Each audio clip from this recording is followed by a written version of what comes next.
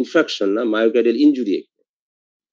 আর systemic যে কারণে, যে কারণগুলো একটু আগেই বলছিলাম, যে কোন রোগী সেপটিক কন্ডিশন আছে, তার যদি আপনি ট্রোপোনিন দেন বাড়তে পারে, তার যদি সিকেজি থাকে, তার যদি স্ট্রোক থাকে, তার যদি সাবঅ্যারাকনয়েড হেমোরেজ হয়, তার যদি পালমোনারি এম্বোলিজম, পালমোনারি হাইপারটেনশন হয়, তার যদি ইনফিল্ট্রেটিভ ডিজিজ থাকে তাহলে হতে পারে, কেমোথেরাপিতে আছে তার হতে পারে, তারপরে যারা অনেক অসুস্থ ক্রিটিক্যালি ইল তারও ট্রোপোনিন বেড়ে যেতে পারে। আর অনেক এক্সারসাইজ করার পরে এসে যদি আপনি ট্রোপোনিন করতে দেন তাহলে বাড়তে পারে। তাহলে এই হচ্ছে যে আমরা যারা ট্রোপোনিন আই রিপোর্ট দেই তাদের মাথায় থাকতে হবে যে এই রিপোর্টটা আসলে আমি কি ইভালুয়েশন করব। ট্রোপোনিন বাড়লে আপনি বলতে পারবেন যে মায়োকার্ডিয়াল ইনজুরি। এর সাথে যদি আপনার কোনো অ্যাকুট ইসকেমিক ইভেন্ট থাকে, এই দুইটা যোগ করলে আপনি বলতে পারবেন মায়োকার্ডিয়াল ইনফ্রাকশন। এবার আমরা যে এমআই যেটা বলছি যে কখন আমরা মায়োকার্ডিয়াল ইনফ্রাকশন বলবো, তো আমরা তখনই বলতে পারবো যখন কার্ডিয়াক বায়োমার্কার তার অ্যাটলিস্ট একটা ভ্যালু 99% বেশি তার আপার রেফারেন্স লিমিট থেকে। এর সাথে যদি পেশেন্টের অ্যাকুট মায়োকার্ডিয়াল ইসকেমিয়ার কোনো ফিচার থাকে, এই দুইটা সমন্বয় হলে তখন তো আমরা এমআই বলবো। এমআই সাধারণত দুই ধরনের, একটা এমআই হচ্ছে নন এসটি এমআই, আর একটা এমআই হচ্ছে এসটি এলিভেশন এমআই। কাজে ইসিজি তে যদি এসটি এলিভেশন থাকে, তার সাথে যদি ট্রোপোনিন বাড়ে, তার সাথে যদি পেশেন্টের ক্লিনিক্যাল ফিচার ইসকেমিয়া সাজেস্টিভ করে, তখনই আমরা এসটিএমআই একদম মেথডিক্যালি বলতে পারবো। কিন্তু এসটি জি স্যার, আপনি ওই যে স্ক্রিনে একটা স্লাইড শো মোডে দেন স্যার।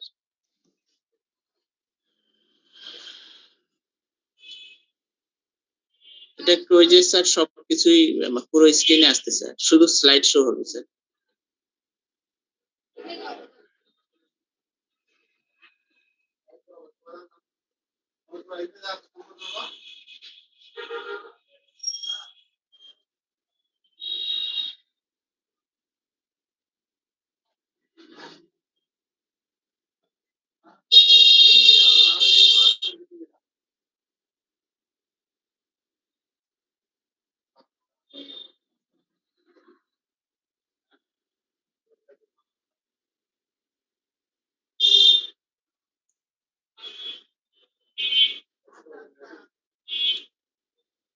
সমস্যা হচ্ছে যে এই ফরম্যাটে স্লাইড শেয়ারের ফরম্যাট স্যার শুধু স্লাইড শো করবে স্যার, এই যে সাইডে এবং উপরের যে অপশন ওগুলা থাকবে না। ইমন ভাই,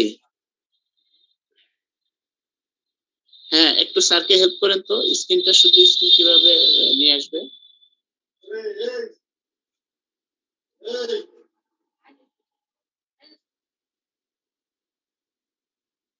হ্যাঁ হ্যাঁ হ্যাঁ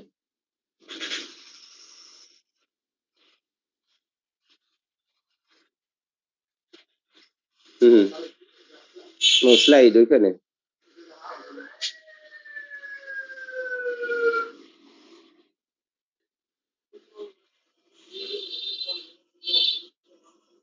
ভিউ, হ্যাঁ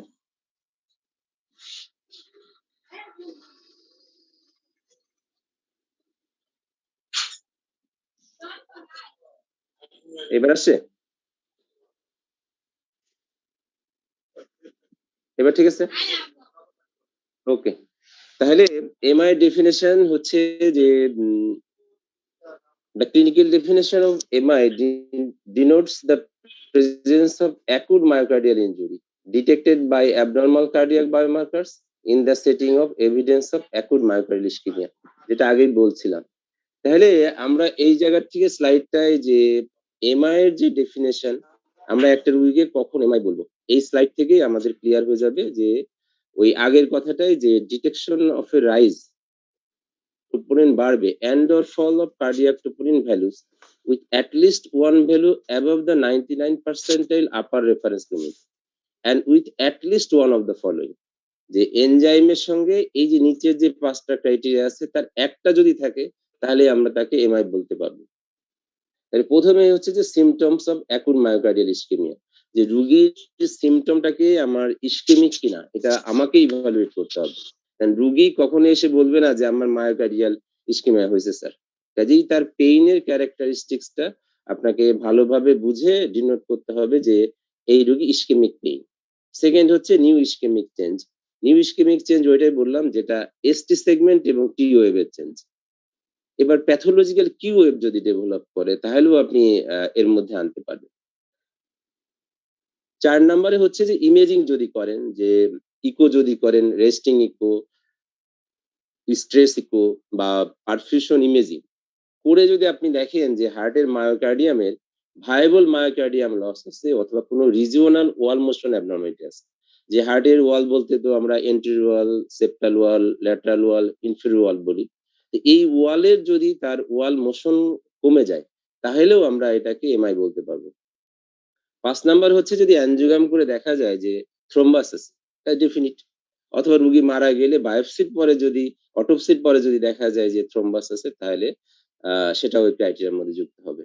তাহলে বায়োমার্কার অবশ্যই বাড়তে হবে এবং তার একটা ভ্যালু 99%, বারবার এই জিনিসটা মাথায় রাখতে হবে। এবং 5টা সিমটমের 5টা যে ক্রাইটেরিয়া আছে তার মধ্যে একটা থাকতে হবে। একটা হচ্ছে পেইন, একটা হচ্ছে ইসিজিতে ইসকেমিক চেঞ্জ, ইসিজিতে প্যাথোলজিক্যাল কিউ ডেভেলপ। যদি ইমেজিং করে দেখা যায় যে হার্টের মাসেলের মুভমেন্ট কম আছে তাহলে এর মধ্যে ইনক্লুড হবে। আর যদি অ্যানজিওগ্রাম করে আমরা থ্রোম্বাস পাই বা অটোপসিতে থ্রোম্বাস পাই তাহলে ডেফিনিট। তাহলে এই 5টা ক্রাইটেরিয়ার একটা প্লাস ট্রোপনিন। থিওরি পার্টটা আমার ক্লাসের প্রায় শেষ, আর বেশি নাই। তো এটা জানার জন্য, এটা ক্লাসে এখানে অনেক লেভেলের আছে আমি জানি তাফিজুলের কাছ থেকে। কেউ যদি জানতে চায় যে এমআই কয় ধরনের আছে, এই স্লাইড দেখেও চিন্তার কিছু নেই, আমি খুব সহজ করে বলি।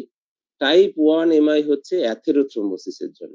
অ্যাথেরোস্কলেরোসিস ছিল, সেই প্ল্যাকটা রাপচার হওয়ার পরে থ্রোম্বোসিস হয়ে বন্ধ হয়ে গেছে, সেটা হচ্ছে টাইপ 1। টাইপ 2 হচ্ছে ডিমান্ড এবং সাপ্লাই এর ইমব্যালেন্স হলে তখন টাইপ 2। টাইপ 3 হচ্ছে যে একজন মানুষ সে বলতে পারছে শুধু যে আমার বুকে ব্যথা, সে ইসিজি করতেও পারে নাও পারে, সে তার ব্লাড দিতেও পারে নাও পারে, ব্লাড দিলেও তার ট্রোপোনিন না বাড়ার আগেই যদি সে মৃত্যুবরণ করেন, সেটা হচ্ছে টাইপ 3। তাহলে আমরা যে দেখি না ইমার্জেন্সিতে ডিউটি করতেছি, শিশুতে বা হাসপাতালে ডিউটি করতেছি, যে রুগী মারা গেছে, রুগী মারা গেছে কখন? হাসপাতালে আসার আগে। কিভাবে মারা গেল? রুগীর লোক বলবে সে বুক ব্যথা বলছিল বা হঠাৎ করে বুক ধরপড় করে সে তো মারা গেল। তাহলে এইটাকে আমরা লেবেল করব type 3 sudden cardiac death. Type 4 টা খুব সহজ, যে আমরা ক্যাথ ল্যাবে যখন অ্যানজিওগ্রাম বা অ্যানজিওপ্লাস্টি করি, অ্যানজিওপ্লাস্টি করার সময় যদি তার এমআই হয় সেটা হচ্ছে টাইপ 4A। তারপরে স্টেন্টিং করলে স্টেন্টিং থ্রোম্বোসিস যদি হয় সেটা হচ্ছে টাইপ বি। আস্তে আস্তে যদি স্টেন্টের মধ্যে রিস্টেনোসিস হয় তাহলে টাইপ সি।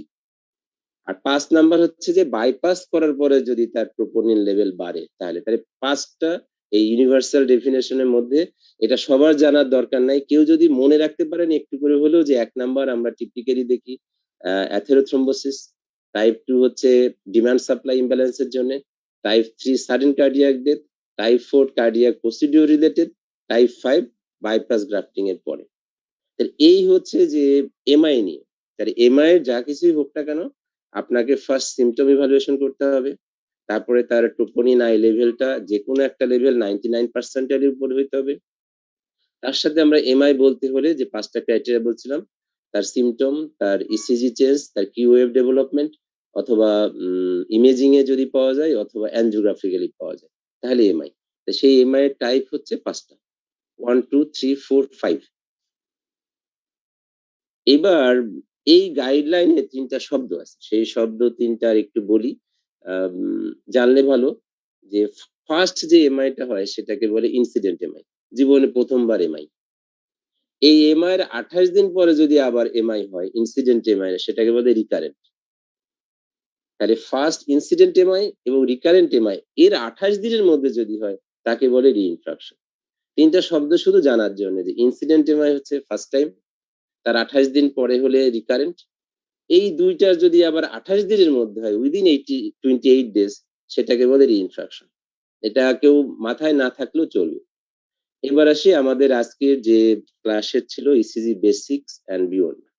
এতক্ষণ যেটা বললাম সেটা হচ্ছে যে এমআই সম্পর্কে একটু ধারণার জন্য। এই ছবিটা যদি আমরা খেয়াল করি তাহলে আমার মনে হয়, স্যার আমি অনুপ স্যার। হুম স্যার ওই যে রিইনফ্রাকশনটা স্যার এটা একটু ক্লিয়ার হয় না স্যার 28 দিনটা স্যার রিইনফেকশন হচ্ছে যে আমার প্রথম আজকে হার্ট অ্যাটাক হলো তার 28 দিনের মধ্যে যদি হয় 28 দিনের মধ্যে 28 দিনের মধ্যে স্যার রিকারেন্ট বললেন না স্যার না 28 দিনের পরে ও রিকারেন্ট হচ্ছে আফটার 28 ডেজ ও বুঝতে পারছি স্যার তাহলে দুইটা শব্দ পাইলাম আমরা একটা ইনসিডেন্ট প্রথম পাইলাম আর অথবা 28 দিন পরে যে রিকারেন্ট হলো এখন ইনসিডেন্টের 28 দিনে উইদিন এই 28 ডেজ যদি হয় তাহলেও রিইনফেকশন অথবা রিকারেন্টের আবার 28 ডেজ এর মধ্যে হলেও ইনফেকশন বলে ইনসিডেন্ট হচ্ছে ফার্স্ট টাইম তার 28 দিন পরে হলে রিকারেন্ট এই দুইটা ঘটনার মধ্যে যদি আবার হয়ে যায় 28 দিনের মধ্যে 4 সপ্তাহের মধ্যে সেটা হচ্ছে রিইনফেকশন এবার আমরা স্যার একটা কোশ্চেন ছিল স্যার মামুন বলছিলেন স্যার স্যার এটা কি আর্টেরিয়াল টেরিটরি কি একই হবে নাকি ভিন্ন টেরিটরি হবে স্যার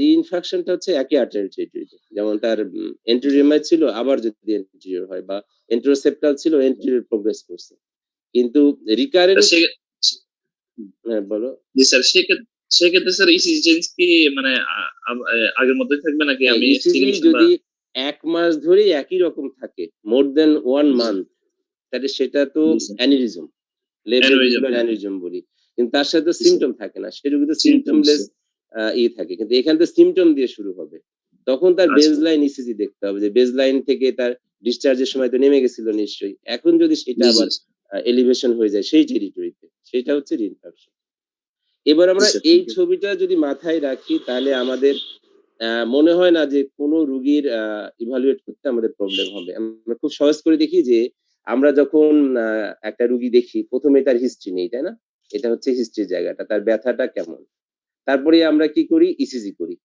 তারপরে আমরা কি করি তার এনজাইম করি ট্রোপোনিন ইউজুয়ালি এখন ট্রোপোনিন আই করি তাহলে আমরা ফার্স্ট ছবিটা খেয়াল করে দেখি যে এই ভদ্রলোক বললো আমার এপিগেস্ট্রিয়ামে একটু ব্যথা তার ইসিজি চেঞ্জ নাই ট্রোপোনিন নাই তার এই পেইনটার বর্ণনা শুনে ডাক্তারের মনে হলো যে এটা কার্ডিয়াক পেইন না ঠিক আছে তারপর ইসিজি করেন ইসিজি নরমাল আচ্ছা ঠিক আছে ট্রোপোনিন করেন 4 ঘন্টা পরে ট্রোপোনিন করে দেখা গেল নরমাল তাহলে এটা মোস্ট লাইকলি নন কার্ডিয়াক কিন্তু একই ঘটনা যে ইসিজিও মেবি নরমাল ট্রোপোনিন নরমাল কিন্তু তার কাছে ডাক্তার সাহেবের কাছে মনে হলো যে তার চেস্ট পেইনটা কার্ডিয়াক তাহলে আনস্টেবল অ্যাকুট করোনারি সিনড্রোমের পার্ট একটা হচ্ছে আনস্টেবল অ্যাঞ্জিনা খেয়াল করে দেখেন তাহলে এই আনস্টেবল অ্যাঞ্জিনা ডায়াগনোসিস করতে হলে আপনার হাতে একটাই অস্ত্র আছে সেটা হচ্ছে যে পেশেন্টের ক্লিনিক্যাল সিমটমকে ইভালুয়েট করা এইটাকে যদি আপনি নন কার্ডিয়াক ভাবেন তাহলে তো রুগী গেল আবার নন কার্ডিয়াকটাকে কার্ডিয়াক ভাবেন তাহলেও রুগীর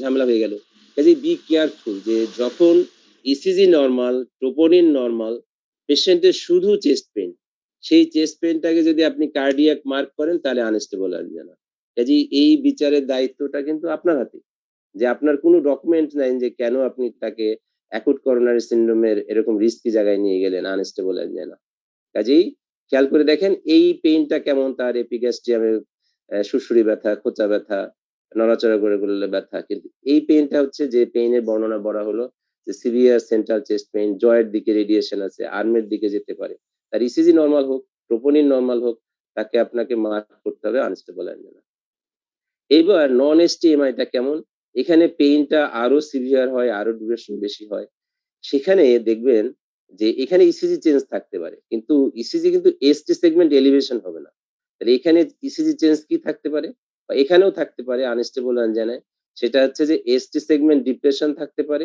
টি ওয়েভ ইনভার্সন থাকতে পারে এখানে যদি আপনি ট্রোপোনিন করেন ট্রোপোনিন পজিটিভ তাহলে দেখেন যে এখানে সিমটম পাওয়া গেল ইসিজি চেঞ্জ পাওয়া গেল ট্রোপোনিন তাহলে আমাদের এমআই এর ডেফিনেশন অনুযায়ী তাহলে এদের এমআই মায়োকার্ডিয়াল ইনফ্রাকশনে পড়ে যাচ্ছে যেহেতু এখানে এসটি সেগমেন্ট এলিভেশন হয়নি কাজে এটার নাম কি হবে non ST segment elevation MI এবার দেখেন একই রোগীর প্রচন্ড ব্যথা তার এসটি সেগমেন্ট এলিভেশন এবং এখানে মায়োকার্ডিয়াল ইনজুরি অনেক বেশি হবে তাহলে এটা এসটিএমআই কাজেই এই ক্লিনিক্যাল চার্টটা যদি আমাদের সবার মাথায় থাকে তাহলে আমরা কার্ডিয়াক পেশেন্টের ইভালুয়েট করতে পারবো যে আনস্টেবল অ্যাঞ্জিনার কোনো এভিডেন্স নাই একমাত্র পেইন যদি এভিডেন্স থাকে এবং এসটি সেগমেন্ট এলিভেশন না হয় তাহলে সেটা নন এসটিএমআই আর যদি পেইনও আছে এসটি সেগমেন্ট এলিভেশন এবং ট্রোপোনিন বেড়ে গেছে এটা definitely ST segment elevation myocardial infraction clear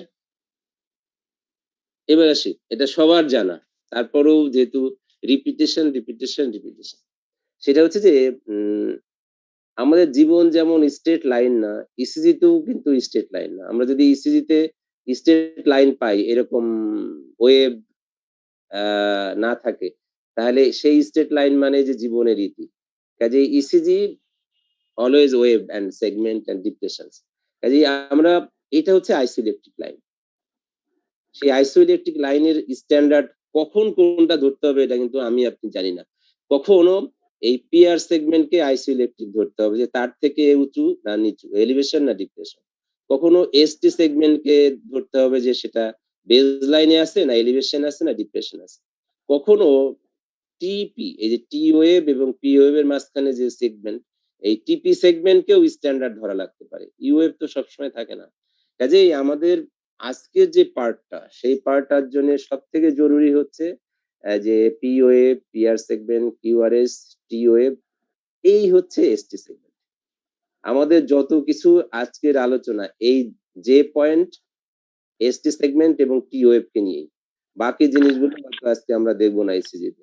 তো আজকের জন্য ক্লিয়ার যে এই এসটি সেগমেন্ট আইসোইলেকট্রিক, একদম হরাইজন্টাল লাইন, এর থেকে ডেভিয়েশন মানে আমরা ইস্কিমিয়ার দিকে চলে যাব। তো সেই একই ছবিটা আবার, এই মাপ আমরা সবাই জানি। এবার হচ্ছে যে যখনই করোনারি আর্টারি ব্লক হয়, তার সিভিয়ারিটি অনুযায়ী মায়োকার্ডিয়ামের কি চেঞ্জ হয়, খুব ইজি। সব থেকে বাইরে থাকে ইস্কেমিক জোন, এখানে ইস্কিমিয়া ছিল। ইস্কেমিক জোন কিভাবে বোঝা যাবে? আইদার এসটি সেগমেন্ট ডিপ্রেশন অথবা টি ওয়েভ ইনভার্সন। তারপরে যে জোনটা, এটা হচ্ছে ইনজুরি, মায়োকার্ডিয়াল ইনজুরি। সেটা বোঝা যাবে কিভাবে? এসটি সেগমেন্ট এলিভেশন দিয়ে। তারপরে ভিতরে এই যে ব্ল্যাক, এটা হচ্ছে ইনফ্রাক্টেড জোন, সেটা বোঝা যাবে কি দিয়ে? কিউ ওয়েভ দিয়ে। তাহলে খেয়াল করে দেখেন যে myocardial ischaemia, myocardial injury, myocardial infraction বলতে হলে যে এই তিনটা জিনিস আপনার মাথায় থাকতেই হবে, যে ওনলি এসটিটি চেঞ্জ, এটা ইস্কেমিয়া রিপ্রেজেন্ট করে। যখনই এসটি সেগমেন্ট এলিভেশন হয়ে যায়, এটা বলে যে মায়োকার্ডিয়াল ইনজুরি। যখনই কিউ ওয়েভ ডেভেলপ করে যায়, ধরে নেওয়া হচ্ছে যেটা মায়োকার্ডিয়াল ইনফ্রাক্টেড মায়োকার্ডিয়াম, যেখানে ইনফ্রাকশন কমপ্লিট এবং কিউ ওয়েভ ডেভেলপ করে গেছে। কিউ ওয়েভ সাধারণত ফাইব্রোসড, স্কার্ড, স্টান্টেড মায়োকার্ডিয়াম, যে মায়োকার্ডিয়ামের কোনো কন্ট্রাক্টিলিটি নাই, সেখান থেকে যদি ইলেকট্রিক ওয়েভ পাস করে, সেই উইন্ডোটাকেই বলে হচ্ছে কিউ ওয়েভ। এই ছবিটা ক্লিয়ার সবার কাছে যে ফার্স্ট হচ্ছে zone of ischaemia, zone of injury, zone of infraction. Ischaemia বুঝতে হলে এসটিটি চেঞ্জ থাকবে, ডিপ্রেশন। আর ইনজুরি বলতে গেলে আমরা বলবো এসটি সেগমেন্ট এলিভেশন। এবং যখনই প্যাথোলজিক্যাল কিউ ডেভেলপ করে যাবে, আমরা বুঝতে পারবো যে এটা ইনফ্রাকশন কমপ্লিট। যতক্ষণ পর্যন্ত এসটি সেগমেন্ট এলিভেশন আছে, কিউ ওয়েভ নাই, বলবো যে ইনজুরি ফেজ চলতেছে। যখন ST segment depression and or T wave inversion, তখন হচ্ছে ইস্কিমিয়া। এই কথাগুলোই বারবার আসবে, আপনাদের কোনো কনফিউশনের কারণ নাই। পরে যারা যোগদান করবেন তারাও রিপিটেশনের মধ্যে থাকবে। এবার হচ্ছে যে যে জায়গাতে কোনোভাবেই কনফিউশন করা যাবে না যে এসটি সেগমেন্ট এলিভেশন আমি কিভাবে বুঝবো, সেটা বোঝার রাস্তা হচ্ছে যে আপনি পিআর সেগমেন্টটাকে আইসোইলেকট্রিক লাইন ধরেন। যেহেতু এখানে কিউ ওয়েভ একটু দেখা যাচ্ছে, তাহলে কিউ ওয়েভের শুরুটা, এটা হচ্ছে পয়েন্ট 1। সেকেন্ড হচ্ছে এই যে যে পয়েন্ট তো এখানে থাকার কথা ছিল, এই যে পয়েন্ট কতটুকু? আমরা তো এসটি সেগমেন্ট এত দূর, তাই না? আমরা কোথায় মাপবো? এ তো মাপা যাবে না, কাজে আমার একটা স্ট্যান্ডার্ড জায়গা লাগবে। তাহলে এই পিআর সেগমেন্টটা নাম্বার 1, আর এই যে পয়েন্টটা হচ্ছে নাম্বার 2। এই যে কতটুকু যে পয়েন্টের এলিভেশন হলো, এটাই এসটি সেগমেন্টের এলিভেশন। তাহলে আমরা যদি এখানে দেখি, তাহলে এক ঘর মানে 1 মিলিমিটার, প্রায় 2 মিলিমিটারের কাছাকাছি এসটি সেগমেন্ট এলিভেশন। তাহলে এই জিনিসটা বোঝার বাইরে যাওয়া যাবে না যে দুইটা আপনাকে ম্যাথমেটিক্স এর ফর্মুলার মতো, যে এসটি সেগমেন্ট এলিভেশন হইতে হবে এট দা জে পয়েন্ট, এটা ফার্স্ট। সেকেন্ড হচ্ছে তার পার্টনার লিড লাগবে, কন্টিজিউয়াস লিড লাগবে। একটা লিডে পেলেই আপনি এমআই বলতে পারবেন না, অ্যাটলিস্ট তার কো পার্টনার কন্টিজিউয়াস 2 লিডে থাকতে হবে, সাক্ষী থাকতে হবে। সবকিছু সাক্ষী লাগে না, কাজেই এমআই বলতে হলে আপনাকে যে কন্টিজিউয়াস 2টা লিডে থাকতে হবে, একটা লিড দেখে বলা যাবে না। তাহলে এটা সবাই ক্লিয়ার কিনা যে পিআর সেগমেন্টে আমরা এই পিআর সেগমেন্ট থেকে এই যে পয়েন্ট কতটুকু এলিভেটেড, এটাই হচ্ছে এসটি সেগমেন্ট এলিভেশন। এবার এই ছবিটা একটু পরে দেখাই, আমরা একটা খুব সহজে মনে রাখার জন্য এই ছবিটা, যে কখন আমরা এসটি সেগমেন্টকে প্যাথোলজিক্যাল ধরবো। তো ইসিজি লিড হচ্ছে 12টা, তার মধ্যে মাত্র 2টা লিড V2 এবং V3, এই 2টা লিড বাদে অল লিডে মোর দেন 1 মিলিমিটার এসটি এলিভেশন হতে হবে। আমরা যে এসটিএমআই ডায়াগনোসিস করি, আমরা এই ছবিটা খুব সহজ, আমরা এটা মনে রাখার চেষ্টা করছি যে all lead except V2 V3, এইখানে বাদে 10টা লিডের জন্য 1 মিলিমিটার। কিন্তু শর্ত হচ্ছে যে আরেকটা কন্টিনিউয়াস 2 লিড হইতে হবে, যে V1 এ থাকলে V2 তে অবশ্যই থাকতে হবে, V1 আর V3 তে থাকলে কিন্তু সেপ্টাল এমআই হবে না। V4 এ হলে আইদার V3 তে থাকতে হবে অথবা V5 এ থাকতে হবে, না হলে কিন্তু কন্টিনিউয়াস লিড হবে না। তাহলে সব লিডের জন্য ফর্মুলা কি 1। এবার যদি ফিমেল হয়, V2 V3 তে কতটুকু তার এসটি এলিভেশন থাকতে হবে, মিনিমাম 1.5 মিলিমিটার। তাহলে আমি যেভাবে মনে রাখি 1, 1.5, 2, 2.5, তাহলে এটা খুব সিরিয়াল না? তাহলে সব লিডের জন্যই হচ্ছে 1 মিলিমিটার এক্সেপ্ট V2 V3। সেখানে যদি ফিমেল পার্সন হয় তাহলে হচ্ছে 1.5 মিলিমিটার। মেল যদি বয়স্ক 40-এর উপরে হয়, এটা বাচ্চা এটা বড়, যদি বাবার হয় 40 বছরের উপরে তাহলে 2 মিটার। এখন ছেলের যদি হয় 40-এর কম বয়স, তার জন্য 2.5 মিলিমিটার।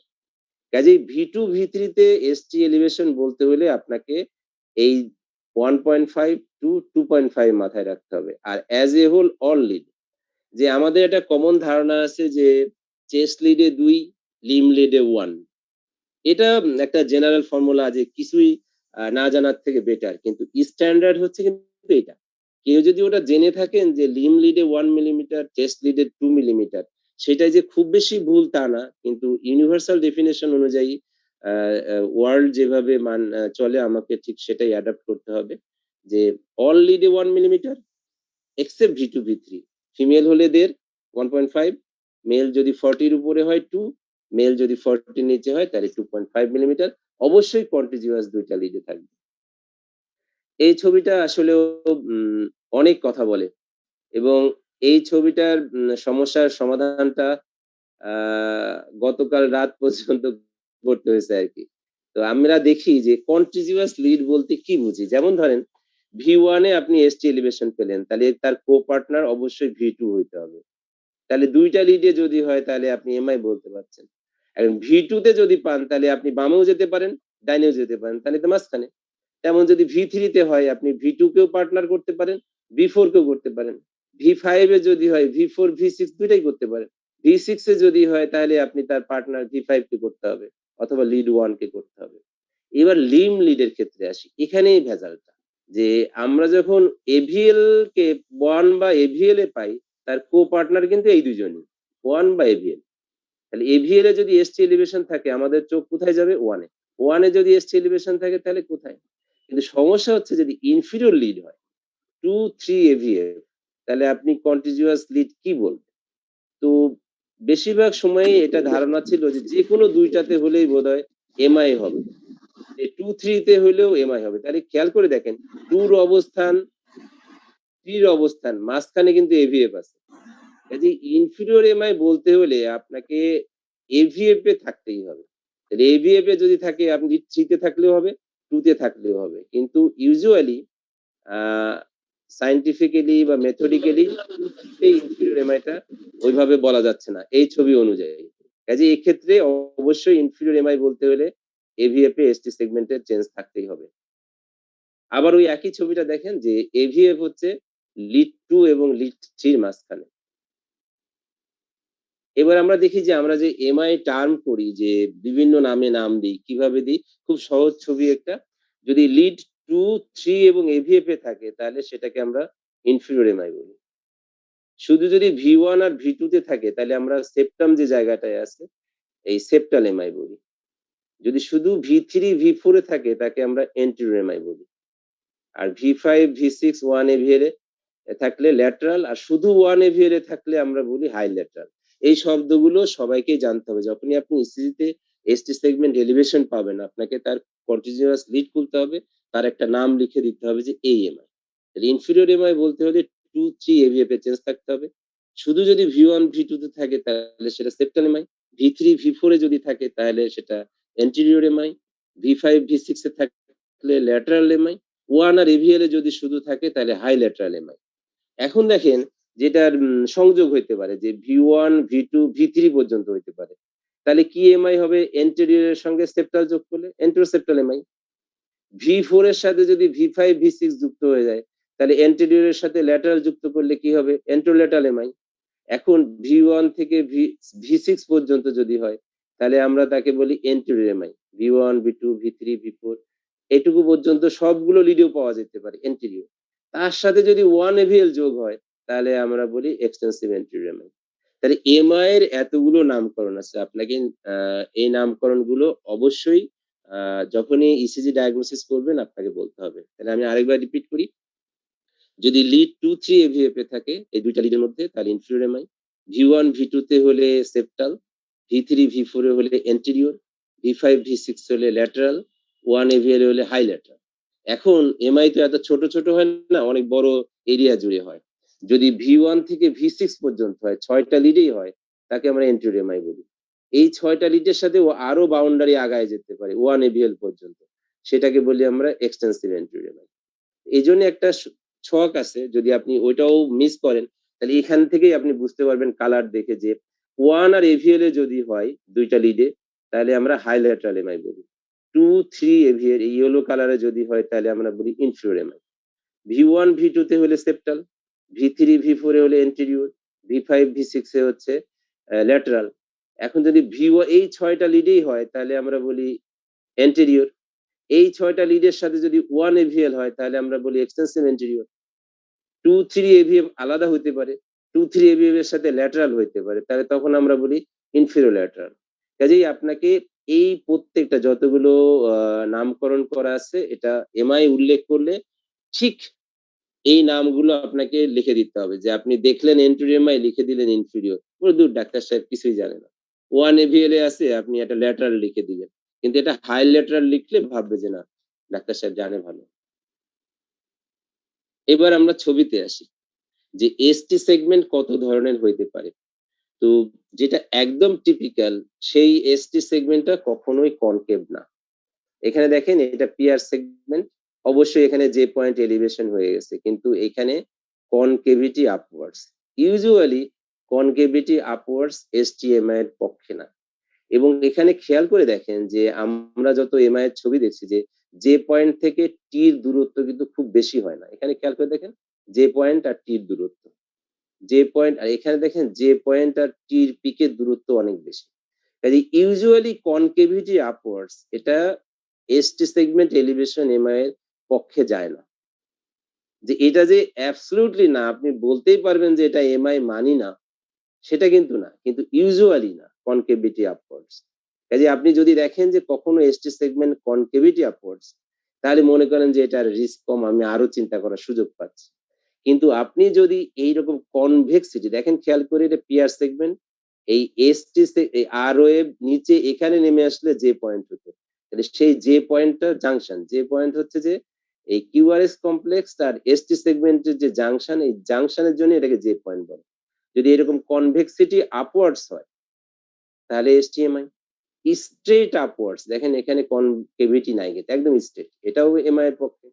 হরিজন্টাল হইতে পারে, এরকম ডাউন স্লোপিং হইতে পারে, এগুলো দেখা যায় কম। এই দুইটা ফরম্যাটে বেশি দেখা যায়, convexity upwards, straight upwards, horizontal, down sloping. এখানে খেয়াল করে দেখেন যে এখানে কিউ ওয়েভ ডেভেলপ করে গেছে, যে এটা যে পয়েন্ট এলিভেশন একদম স্ট্রেট আপওয়ার্ডস।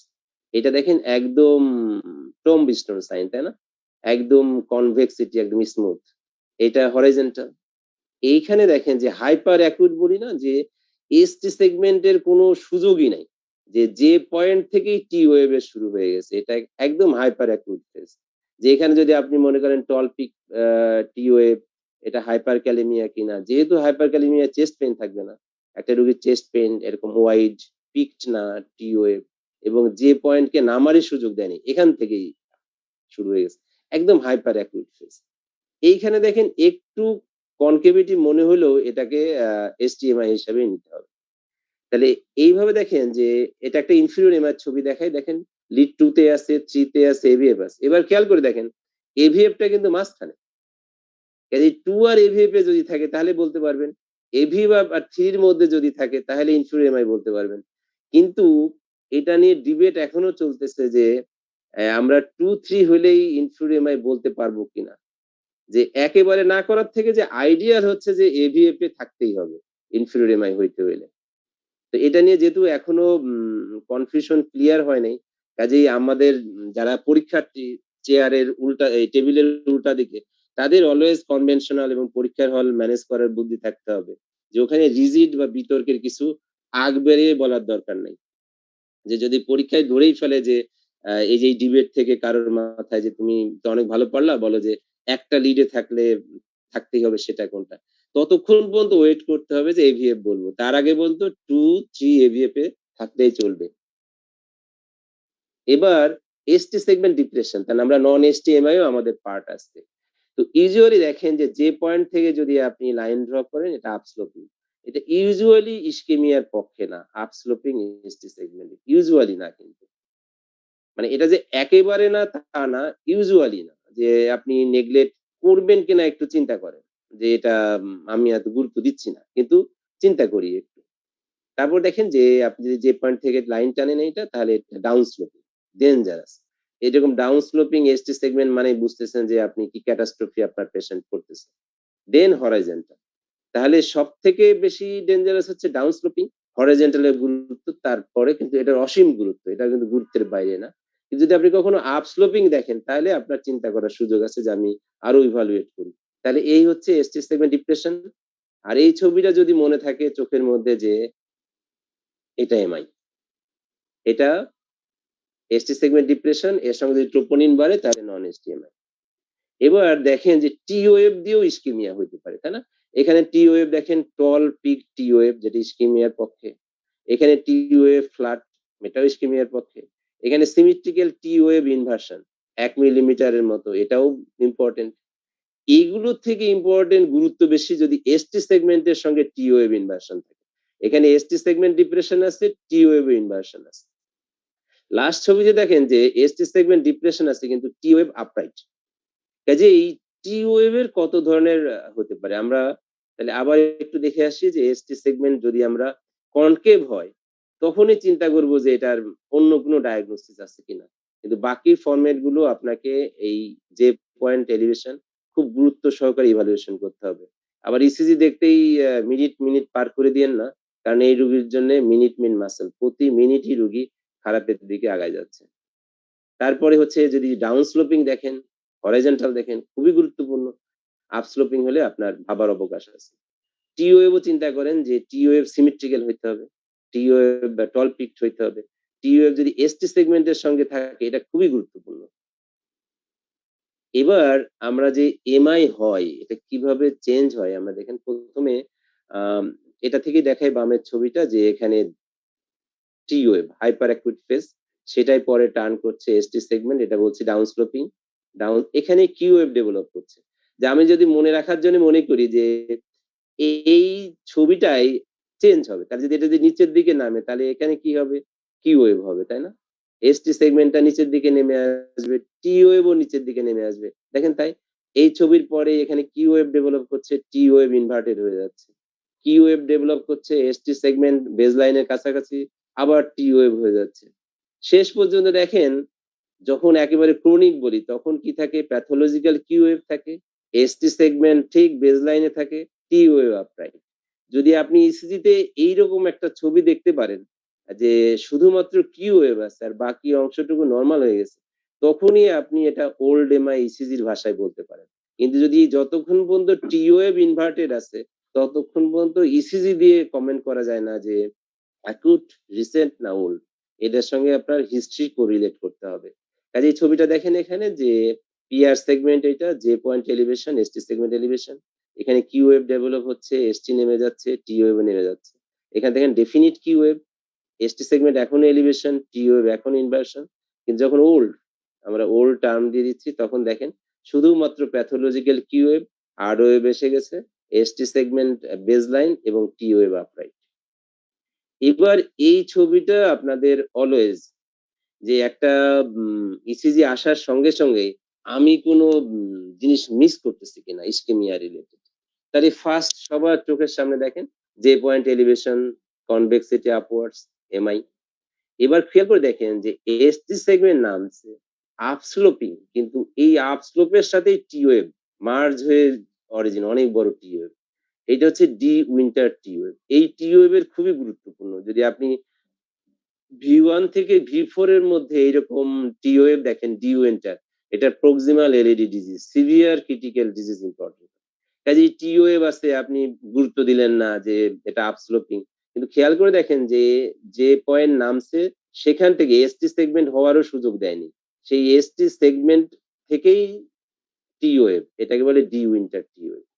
এবার দেখেন পোস্টেরিয়র এমআই, এখানে খেয়াল করে দেখেন যে টল আর এসটি সেগমেন্ট ডিপ্রেশন এবং টি আপরাইট।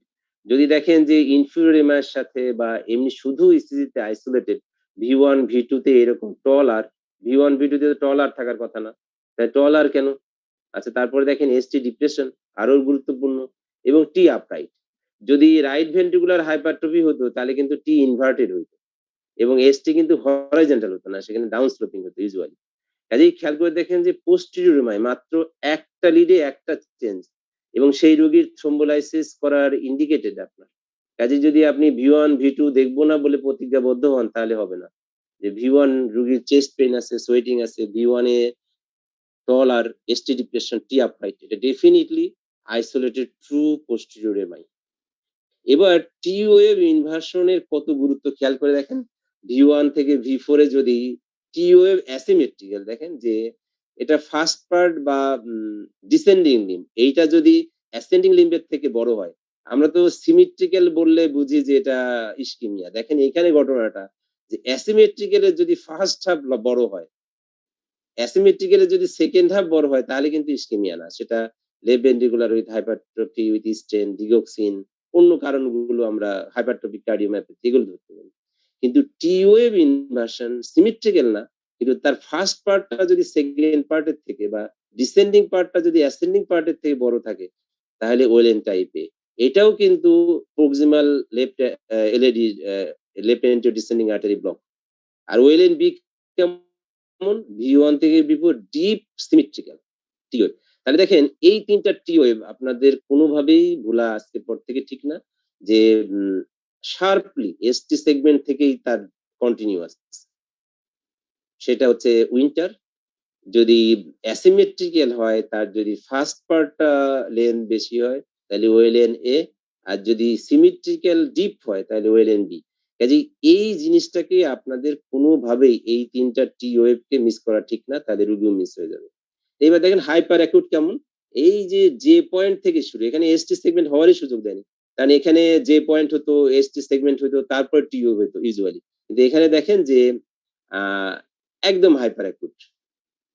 এবার যদি এলবিবি থাকে তাহলে আপনি এই এসটি সেগমেন্ট এলিভেশনকে কিভাবে ডায়াগনোসিস করবেন। তো সেখানে দেখেন এই ক্রাইটেরিয়াটা আমি আবার দেখাবো। সেটা হচ্ছে যে এলবিবি যেদিকে আপনার পজিটিভ কমপ্লেক্স, মানে তার ম্যাক্সিমাম অ্যাম্পলিটিউড, তাহলে এটা আর ওয়েভ যেদিকে, এসটি সেগমেন্টটা এলিভেশনও সেই দিকে, এটাকে বলে কনকর্ডেন্স এসটি সেগমেন্ট এলিভেশন।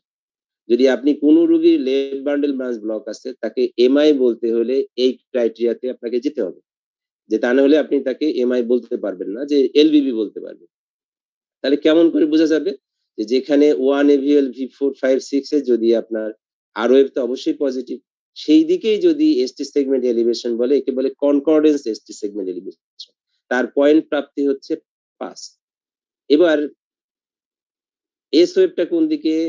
কিউআরএস এর অ্যাম্পলিটিউড নিচের দিকে, তাহলে তার দিকে যদি ডিপ্রেশন হয়, এটা কনকর্ডেন্স এসটি ডিপ্রেশন। এটা যদি 1 মিলিমিটারের বেশি হয় তাহলে সেখানে পাবে 3 পয়েন্ট। এবার দেখেন ডিসকর্ডেন্ট, যে কিউআরএস এর অ্যাম্পলিটিউড নিচের দিকে কিন্তু এসটি সেগমেন্ট অপোজিট দিকে। এখানে দুইটা জিনিস ফলো করা হয়, একটা হচ্ছে যে যদি 5 মিলিমিটার হয়, এটার আবার ফ্যালাসি আছে। তখন কি করে যে এই যে এস ওয়েভ আর এই যে এসটি সেগমেন্ট, এই এস ওয়েভ যদি 25% এর বেশি হয় তাহলে আপনি এটা এমআই বলতে পারবেন, কিন্তু সে পাবে কিন্তু 2 পয়েন্ট। কাজে 2 পয়েন্ট যদি শুধু পায় তাকে আপনি সাজেস্টিভ বলতে পারেন। কাজেই কোন রোগীর যদি আপনি লেফট ব্রাঞ্চ ব্লক দেখেন তাহলে আপনাকে এই গার্বোসা ক্রাইটেরিয়াতে যেতে হবে। তাহলে গার্বোসা ক্রাইটেরিয়া যদি কনকর্ডেন্সের জন্য অ্যাপ্লাইবল, আর গার্বোসা আর স্মিথ মিলে যে মডিফাইড করা সেটা হচ্ছে যে এই যে এস ওয়েভ তার 25% বেশি যদি এসটি সেগমেন্ট যে পয়েন্টের এলিভেশন হয় তখন আপনি এটা এমআই এর ফরে, না হলে আপনার ডায়াগনোসিস ক্লিন কাট পরীক্ষার হলে হোক আপনার প্র্যাকটিসে হোক আপনি ক্লিন কাট বলবেন লেফট বান্ডেল ব্রাঞ্চ ব্লক, যে এটা এমআই ক্রাইটেরিয়া ফুলফিল করছে না। কেন করছে না? যে স্যার গার্বোসা ক্রাইটেরিয়া করছে না, এবং ডিসকর্ডেন্ট হলে, ডিসকর্ডেন্ট মানে যে কিউআরএস কমপ্লেক্স একদিকে তার অ্যামপ্লিটিউড আর এসটি সেগমেন্ট অন্যদিকে। এখানে খেয়াল করে দেখেন যে এসটি সেগমেন্ট একই দিকে কনকর্ডেন্স, এসটি ডিপ্রেশনটা একই দিকে কনকর্ডেন্স, এখানে এসটি এলিভেশনটা অপোজিট দিকে। এবার দেখেন যে ইউজুয়ালি পেশেন্ট আরবিবি নিয়ে আসে, কিন্তু এখানে খেয়াল করে দেখেন যে এখানে যে পয়েন্ট এসটি সেগমেন্ট এবং টি একদম এক লাইনে মার্জ হয়ে গেছে। এটা হচ্ছে যে আমাদের কয়দিন আগেই দুইটা শার্ক দেখা গেল, শার্ক ফিল, তাই না? এটা হচ্ছে যে ব্রুগাদা সিনড্রোমের ব্রুগাদার মতো, এটাও এসটি সেগমেন্ট এলিভেশন, কিন্তু এটা এমআই না। এটা দেখেন যে সবকিছু এক লাইনের মধ্যে মার্জ হয়ে যে শার্ক ফিনের মতো মনে হচ্ছে। তো এবার যে ব্রুগাদায় যেটা হয় এখানেও এসটি সেগমেন্ট এলিভেশন হয়। যারা একটু ব্রুগাদা জানেন বা শর্ট নোট থাকে অনেক সময় অ্যারিথমিয়ার মধ্যে, এটা খুব সহজ, যে পয়েন্ট 2 মিলিমিটার এলিভেশন থাকতে হবে, টাইপ 1 টাইপ 2 টাইপ 3 যাই হোক না কেন, যে পয়েন্টটা এলিভেটেড থাকতে হবে, আর কিছু আপনার জানার দরকার নেই। 2 নম্বর যদি এরকম কোভড প্যাটার্ন হয়, টি ওয়েভ ইনভার্টেড হয়, তাহলে হচ্ছে টাইপ 1। টাইপ 2 তে টি ওয়েভ আপরাইটও হতে পারে, নরমালও থাকতে পারে। টাইপ 3 তে টি আপরাইট। আপনি যদি এইটুকু জানেন যে ভি1 ভি2 ভি3 তে আরবিবির মাঝখানে একটু অন্যরকম পেশেন্টের ফ্যামিলি হিস্ট্রি, সাডেন ডেথ, পেশেন্টের প্যালপিটেশন, প্রিসিনকোপ, সিনকোপ আছে, তখনই আপনি এই জিনিসটা মাইনুটলি খেয়াল করেন যে আরবিবি বলে ছেড়ে দিব, না এটা নন সিগনিফিকেন্ট এসটি সেগমেন্ট বলে আমি পেশেন্টটাকে ছেড়ে দিব। যারা একটু চিন্তা করবেন, যারা ইসিজি নিয়ে প্র্যাকটিস করেন, তাদের জন্য রিকোয়েস্ট যে ভি1 ভি2 ভি3 টা যদি আরবিবি মরফোলজিতে থাকে, যেটা ব্রুগাদা প্যাটার্নে ফলো করে কিনা, কোভ প্যাটার্নে, এগুলো যদি আপনি মিসও করেন এগুলো অত কিছু না, কিন্তু এই প্যাটার্নটা মিস করেন না যে নরমাল আপনার আরবিবি যান বাড়ি যান। তাহলে এটা হচ্ছে ব্রুগাদার আমাদের জানার জন্য যে 3টা টাইপ আছে, এটা এত কেউ না জানলেও চলবে। এবার আমাদের জন্য লাগবে প্যাথোলজিক্যাল কিউএফটা। আমরা কিন্তু সব র ম্যাটেরিয়াল আছে, এরপরেই আমরা ডিজিজের ইসিজিতে যাব। যে কিউএফ এর যে ডেফিনেশন এটা মোটামুটি স্ট্যান্ডার্ড, যে আর ওয়েভ এর 25% হইতে হবে, এটা একটা ক্রাইটেরিয়া, এবং সেটা মিনিমাম 40 মিলিসেকেন্ড মানে এক ঘর তার ওয়াইড হইতে হবে, এবং মিনিমাম 2 মিলিমিটার ডেপথ হইতে হবে। এটা নিয়ে অনেক চেঞ্জ আছে, অনেক বিতর্ক আছে। তার মধ্যে রুটিন মানুষের মধ্যে, আমাদের জেনারেল সব ডাক্তারদের মধ্যে যে চিন্তাটা মাথায় ঢুকে আছে সেটা এই 3টা পয়েন্ট, যে আর ওয়েভ এর 25% হইতে হবে, এটা আর ওয়েভ, আর এটা কিউ ওয়েভ, তাহলে তার মোর দ্যান 25% হইতে হবে। কিউ ওয়েভ এর তার একটা দূরত্ব 40 মিলিসেকেন্ড বা 0.04 সেকেন্ড হইতে হবে, এবং তাকে 2 মিলিমিটার ডেপথ হইতে হবে। এই 3টা ক্রাইটেরিয়া আপনার ফলো করলে একটা টিপিক্যাল কিউ ওয়েভ হয়তো আপনি পরীক্ষার হলে মিস করবেন না বা ব্যক্তিগত জীবনে মিস করবেন না। আর ওয়েভ এর মোর দ্যান 25% হইতে হবে, তার দূরত্ব 1 স্মল স্কয়ার বা 0.04 সেকেন্ড, এবং তার depth 2 millimetre, 2 small square.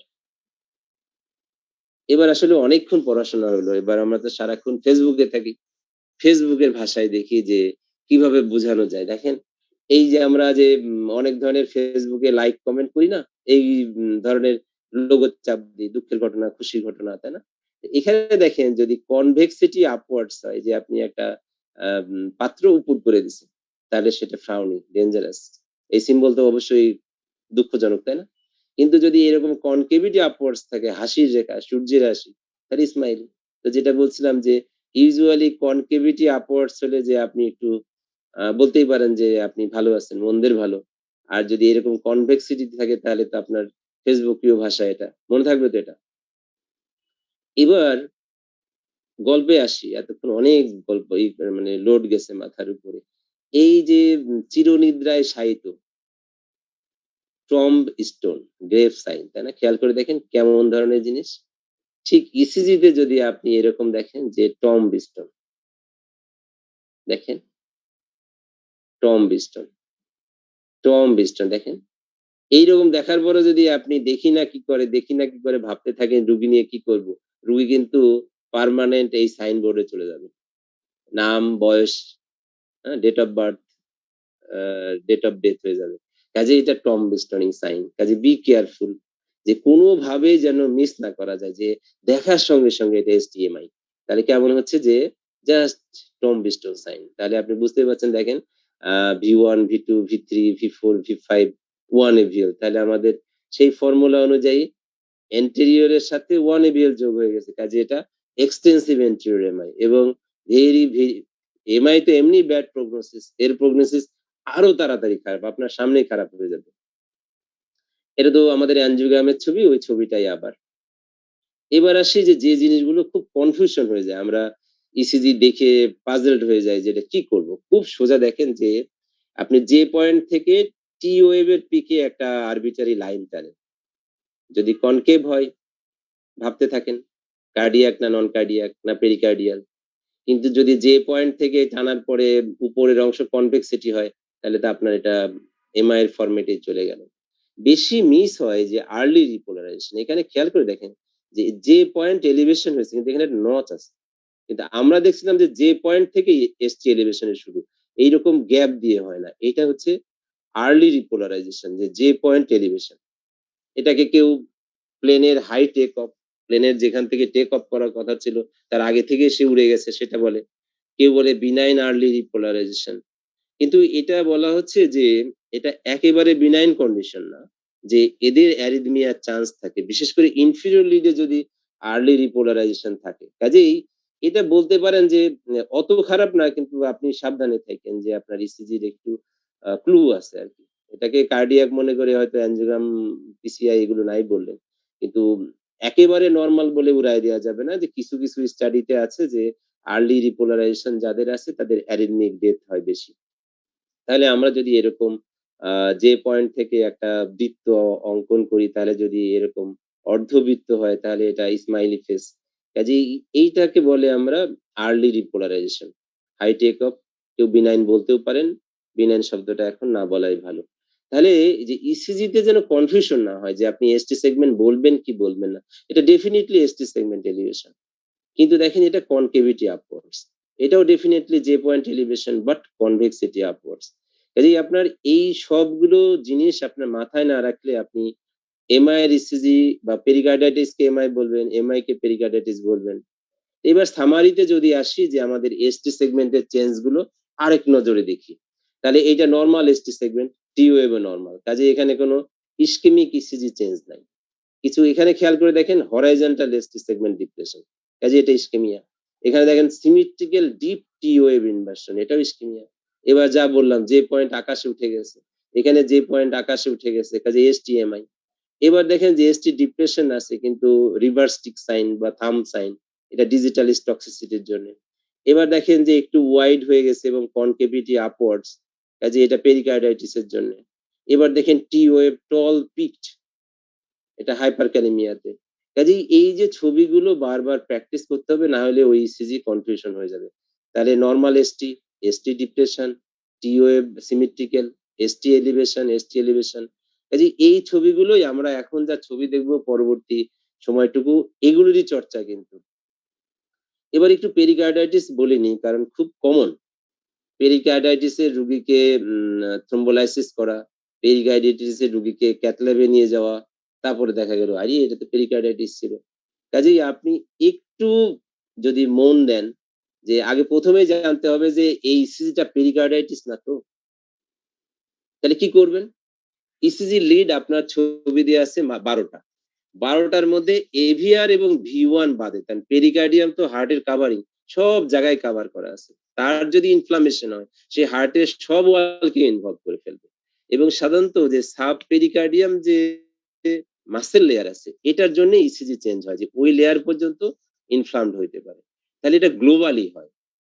AVR এবং ভি1 এই দুইটা লিড বাদে সব লিডে যদি এসটি এলিভেশন দেখেন, এবং সেটা যদি কনকেভিটি আপওয়ার্ডস হয়, তাহলে অল লিডে ST elevation diffusely except aVR এবং ভি1, সেইখানে কি হয়, পিআর সেগমেন্ট এলিভেশন হয়।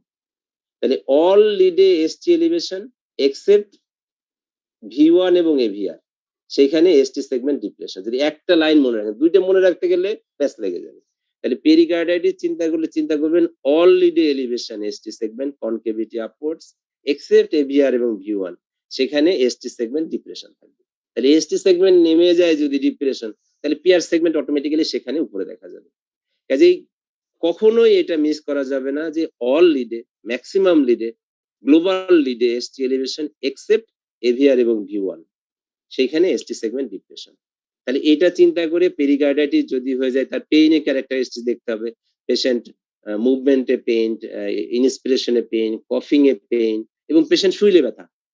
হার্টের রোগী ischaemic cardiac pain usually lying ফ্ল্যাটে তার ব্যথাটা কমে যায়, কিন্তু পেরিকার্ডাইটিসের রোগী উঠে বসতে চাইবে, কারণ শুলেই তার ডিসকমফোর্ট হচ্ছে। কাজে এতগুলো জিনিস মাথায় রেখে আপনি পেরিকার্ডাইটিস থেকে আলাদা করবেন। পেরিকার্ডাইটিসকে প্লিজ থ্রোম্বোলাইসিস করেন না, এটা হেমোরেজিক পেরিকার্ডিয়াল ইনফিউশন হওয়ার চান্স বেশি হয়ে যায়, ঠিক আছে? এবং যার থ্রোম্বোসিস নাই তার ফিব্রিনোলাইসিস দিলে তার যে কোনো জায়গায় একটা ব্লিডিং এপিসোড হতে পারে। কাজেই বি কেয়ারফুল। আপনি ইসিজিটা পাওয়ার পরে দেখে নেন যে এটা কোনো করোনারি আর্টারি টেরিটরি ফলো করে কিনা, কারণ একসাথে তিনটা করোনারি আর্টারিতে থ্রোম্বোসিস হবে, অ্যাথেরোথ্রোম্বোসিস, লেফট অ্যান্টিডিসেন্ডিং, লেফট সার্কামফ্লেক্স আর রাইট করোনারি আর্টারি। কাজেই পেরিকার্ডিয়াম সব জায়গায় ইনভলভ করতে পারে, কিন্তু হার্টের তিনটা করোনারি আর্টারি একই সেটিং এ একই সাথে থ্রোম্বোসিস, এটা কেউ দেখছে কিনা আমি জানি না। এবার পেরিকার্ডাইটিস কিনা যাদের একটু মানে আরেকটু জানতে চান, তারা কিন্তু এইটুকু জানলেই হবে অ্যাজ এ হোল জেনারেল সবার জন্য। কিন্তু এটা সব ডাক্তারকেই জানতে হবে যে ইসিজি এবং করোনারি সিনড্রোমের পেশেন্টকে ডিল করবে। এখানে দেখেন যে টিপি সেগমেন্ট, টি আর পি এর মধ্যে সেগমেন্ট, এই সেগমেন্টটা যদি ডাউনওয়ার্ডস হয়, দেখেন প্রথমে খেয়াল করে দেখেন, যদি আপনি পিআর সেগমেন্টকে স্ট্যান্ডার্ড ধরেন তাহলে কিন্তু এখানে এসটি সেগমেন্ট এলিভেশন আছে, কিন্তু আপনি যদি টিপি সেগমেন্টকে ধরেন, এই বরাবর লাইন টানেন, দেখেন এসটি সেগমেন্ট কিন্তু এই টিপি লাইনের নিচে, এবং পিআর সেগমেন্টও ডিপ্রেস না আগে, এইটাকে বলে স্পোডিক সাইন, এবং এটা বলা হয় যে 80% ক্ষেত্রে অ্যাকুট পেরিকার্ডাইটিসে থাকে। কাজে যদি আপনি স্পোডিক সাইনটা কেউ দেখতে পারেন এতজনের মধ্যে, যে আমরা স্পোডিক সাইনটা কেমন, যে টিপি সেগমেন্ট যদি ডাউনওয়ার্ডস হয় তাহলে সেটাকে স্পোডিক সাইন বলে, যেটা 80% আমাদের পেরিকার্ডাইটিসের পেশেন্টে থাকে। স্যার এক্ষেত্রে কি পিআর সেগমেন্টটাই হবে স্ট্যান্ডার্ড স্যার? অনুপ হ্যাঁ। স্যার, হ্যাঁ, পিআর সেগমেন্ট। কারণ আমরা তো সবসময় এখান থেকে, আমি যদি পিআর সেগমেন্টকেই যদি আমরা ধ্রুব ধরি, পিআর সেগমেন্টকে চিহ্নিত করার জন্য, তখন হবে না, তখন টিপি সেগমেন্ট। যখন আমরা এসটি সেগমেন্টকে জাজ করতে যাব তখন পিআর সেগমেন্ট স্ট্যান্ডার্ড, কিন্তু যখন আমরা পিআর সেগমেন্ট ও এলিভেশন না ডিপ্রেশন পেরিকার্ডাইটিস দেখতে যাব তখন হচ্ছে টিপি সেগমেন্ট স্ট্যান্ডার্ড। এখানে এই লাইন, এর থেকে উপরে হলে এলিভেশন, এর থেকে নিচে হলে ডিপ্রেশন। দেখেন খেয়াল করে যে এখান থেকে হলে এখন কিন্তু এসটি সেগমেন্ট এলিভেশন নাই, কিন্তু আপনি যদি পিআর সেগমেন্টকে দেখেন তাহলে কিন্তু এখানে এসটি সেগমেন্ট এলিভেশন। কাজে এটা আরেকটা ওয়েতে, যে আমি রাইট ওয়েতে আছি কিনা। সব রোগীর পাবেন তা না, কারণ 20% কেসে তো এটা থাকবে না। কাজে টিপি সেগমেন্ট যদি এরকম ডাউনওয়ার্ডস ডিরেকশনে থাকে তাহলে আপনি বলতেই পারেন যে এটা পেরিকার্ডাইটিস। এবার আমরা এতক্ষণ যা শুনলাম সেটারই অ্যাপ্লিকেশন, যে আমরা এতক্ষণ ইসকেমিক ইসিজি চেঞ্জ বলতে বোঝাচ্ছিলাম যে ST segment either depression with or without T wave inversion, এবং ST segment elevation from the J point. সেটার এই বলা হচ্ছিল যে অল লিডের জন্য 1 মিলিমিটার এক্সেপ্ট ভি2 এবং ভি3, সেখানে বলা হচ্ছিল যে ফিমেল যদি হয় 1.5 মিলিমিটারের বেশি হতে হবে, মেল যদি 40-এর বেশি হয় 2 এর বেশি হতে হবে, মেল যদি 40-এর কম হয় 2.5 এর বেশি হতে হবে। এই ক্রাইটেরিয়া। আর বলা হচ্ছিল যে তার কন্টিজিউয়াস লিডে থাকতে হবে, লিড 1 এ থাকলে এভিএল এ থাকতে হবে। তাহলে আমরা এই ইসিজিটা কেউ বলতে পারবে একজন, এটা ডায়াগনোসিস কি এতক্ষণের আলোচনার সাপেক্ষে? এনিওয়ান? এন্টেরোসেপ্টাল। গুড। তারপরে ঠিক আছে, অ্যান্ট্রোসেপ্টার বলা যায়, কিন্তু আসলে এখানে কিছু একটা ঝামেলা আছে যে 1 AVL ও মেবি ছিল। যেহেতু ডেফিনেটলি আমরা ধরে নিচ্ছি যে রাইট অ্যান্সার অ্যান্ট্রোসেপ্টাল এমআই। গুড। তাহলে এখানে বোঝা যাচ্ছে যে এসটি সেগমেন্টটা এই হচ্ছে পিআর সেগমেন্ট আইসোলেটিক লাইন, তার যে পয়েন্ট এইটা এসটি সেগমেন্ট, একদম সেই টম বিস্টন বলি, হাইপার অ্যাকুট বলি, কাজে এইটা মিস করার কোনো সুযোগই নেই। এবং আমি যদি বলি এটা প্রিজমেটাল অ্যানজাইনা বা স্পাজম, এলএডি তে স্পাজম হয়েছে, তার থেকে আলাদা করব কিভাবে এই ইসিজি তে? যে একটা এলএডি টেরিটরিতে তার ঘটনা, যে লেফট অ্যান্টিডিসেন্ডিং আর্টারিতে স্পাজম। স্যার এখানে ইনফিরিয়র লিডে ইএসটি ডিপ্রেশন আছে বা রেসিপ্রোকাল চেঞ্জ আছে, সেহেতু স্যার আমরা এটা প্রিজমেন্টাল অ্যানজাইনা বা অন্য কিছু বলতে পারবো না স্যার। গুড, যে এটার ইনডিরেক্ট এভিডেন্স আছে, তাই না? আমরা এভিডেন্সে বিশ্বাসী যে ইউজুয়ালি প্রিজমেন্টাল অ্যানজাইনাতে রেসিপ্রোকাল চেঞ্জ বা আদার লিডে ডিপ্রেশন হয় না। এবং তারপরেও যারা ধরেন এটা ফার্স্ট এমার্জেন্সি ইসিজি, যে আপনাকে থ্রোম্বোলাইসিস করতে হলে রুগী তো এমার্জেন্সি থেকে শিশুতে বা আপনার কাছে যেতে একটু সময় লাগবে, থ্রোম্বোলাইসিস করার আগে আরেকটা ইসিজি করে নেবেন অলওয়েজ, ঠিক আছে? গুড, এটা অ্যান্ট্রোসেপ্টাল এমআই কারেক্ট অ্যান্সার। এটা কে বলবে? যে কোনো একজন। এই ইসিজিটাতে কি আছে? ইসিজিটাকে দুই ভাগে ভাগ করি। যে লিম লিড গুলোতে দেখি, লিম লিডে কি ডায়াগনোসিস আছে? চেস্ট লিড বাদ দিই। Acute inferior MI. Good, inferior absolutely right, acute inferior MI. তাহলে আমাদের 2 তেও আছে, 3 তেও আছে, আমরা যেটাই কন্টিনিউয়াস লিড দিই 3 লিডেই আছে, কাজেই ঝামেলা নেই। এবং এটা প্রিজমেটাল না কেন, যে 1 AVL এর রেসিপ্রোকাল চেঞ্জ আছে। এইবার যখনই আপনি ইনফিরিয়র এমআই পেশেন্ট পাবেন, যখনই তার ব্লাড প্রেশার যাই থাকুক, তার রাইট সাইডে ডিসিজি করবেন। রাইট সাইডে ডিসিজি করে যদি আপনি তার V3 থেকে, এই দেখেন সবগুলোতে আর লেখা আছে, তাই না? তার মানে এটা রাইট সাইডে ডিসিজি। V1 পাশে আর, গুড, আর বলি, হ্যাঁ গুড। তো সেখানে যদি V3 থেকে V6 এই লিড গুলোর মধ্যে যদি 1 মিলিমিটার এসটি এলিভেশন থাকে, সেটা হচ্ছে আরভি ইনফ্রাকশন। তো আরভি ইনফ্রাকশন আপনার জানতে হবে কেন? এটা যদি আপনি না জানেন আর এই রোগীর ম্যানেজমেন্ট করতে যান, আপনি এই রোগীর নিজেই বিপদে ফেলে দিতে পারেন। তো আরভি ইনফ্রাকশনের ক্রাইটেরিয়া হচ্ছে ইসিজিতে ইনফিরিয়র এমআই থাকতে পারে, নাও পারে, কিন্তু সেখানে ক্লিনিক্যাল ক্রাইটেরিয়া হচ্ছে যে রোগীর জুগুলার রোগীর শকে থাকবে বা blood pressure, low blood pressure থাকবে 90 এর নিচে। 2 নম্বর হচ্ছে তার রেইজড জেবিভি থাকবে এবং ক্লিয়ার লাংস থাকবে। ক্লিনিক্যাল ক্রাইটেরিয়া আরভি ইনফ্রাকশনের 3টা, যে লো বিপি অর কার্ডিওজেনিক শক, রোগীর রেইজড জেবিপি এবং ক্লিয়ার বাইল্যাটারাল লাং ফিল্ড। তার সঙ্গে যদি ইনফিরিয়র এমআই সেটিং থাকে, তার সাথে এই ইসিজি যদি থাকে, তাহলে এই রোগীর ডায়াগনোস হচ্ছে যে inferior MI with right ventricular infraction. এই রোগীর ম্যানেজমেন্টের ক্ষেত্রে কিছু জিনিস না করতে হবে, যেমন কোনো ভেসেল ডাইলেটর দেওয়া যাবে না, ডায়াবেটিক্স দেওয়া যাবে না, নাইট্রেট দেওয়া যাবে না।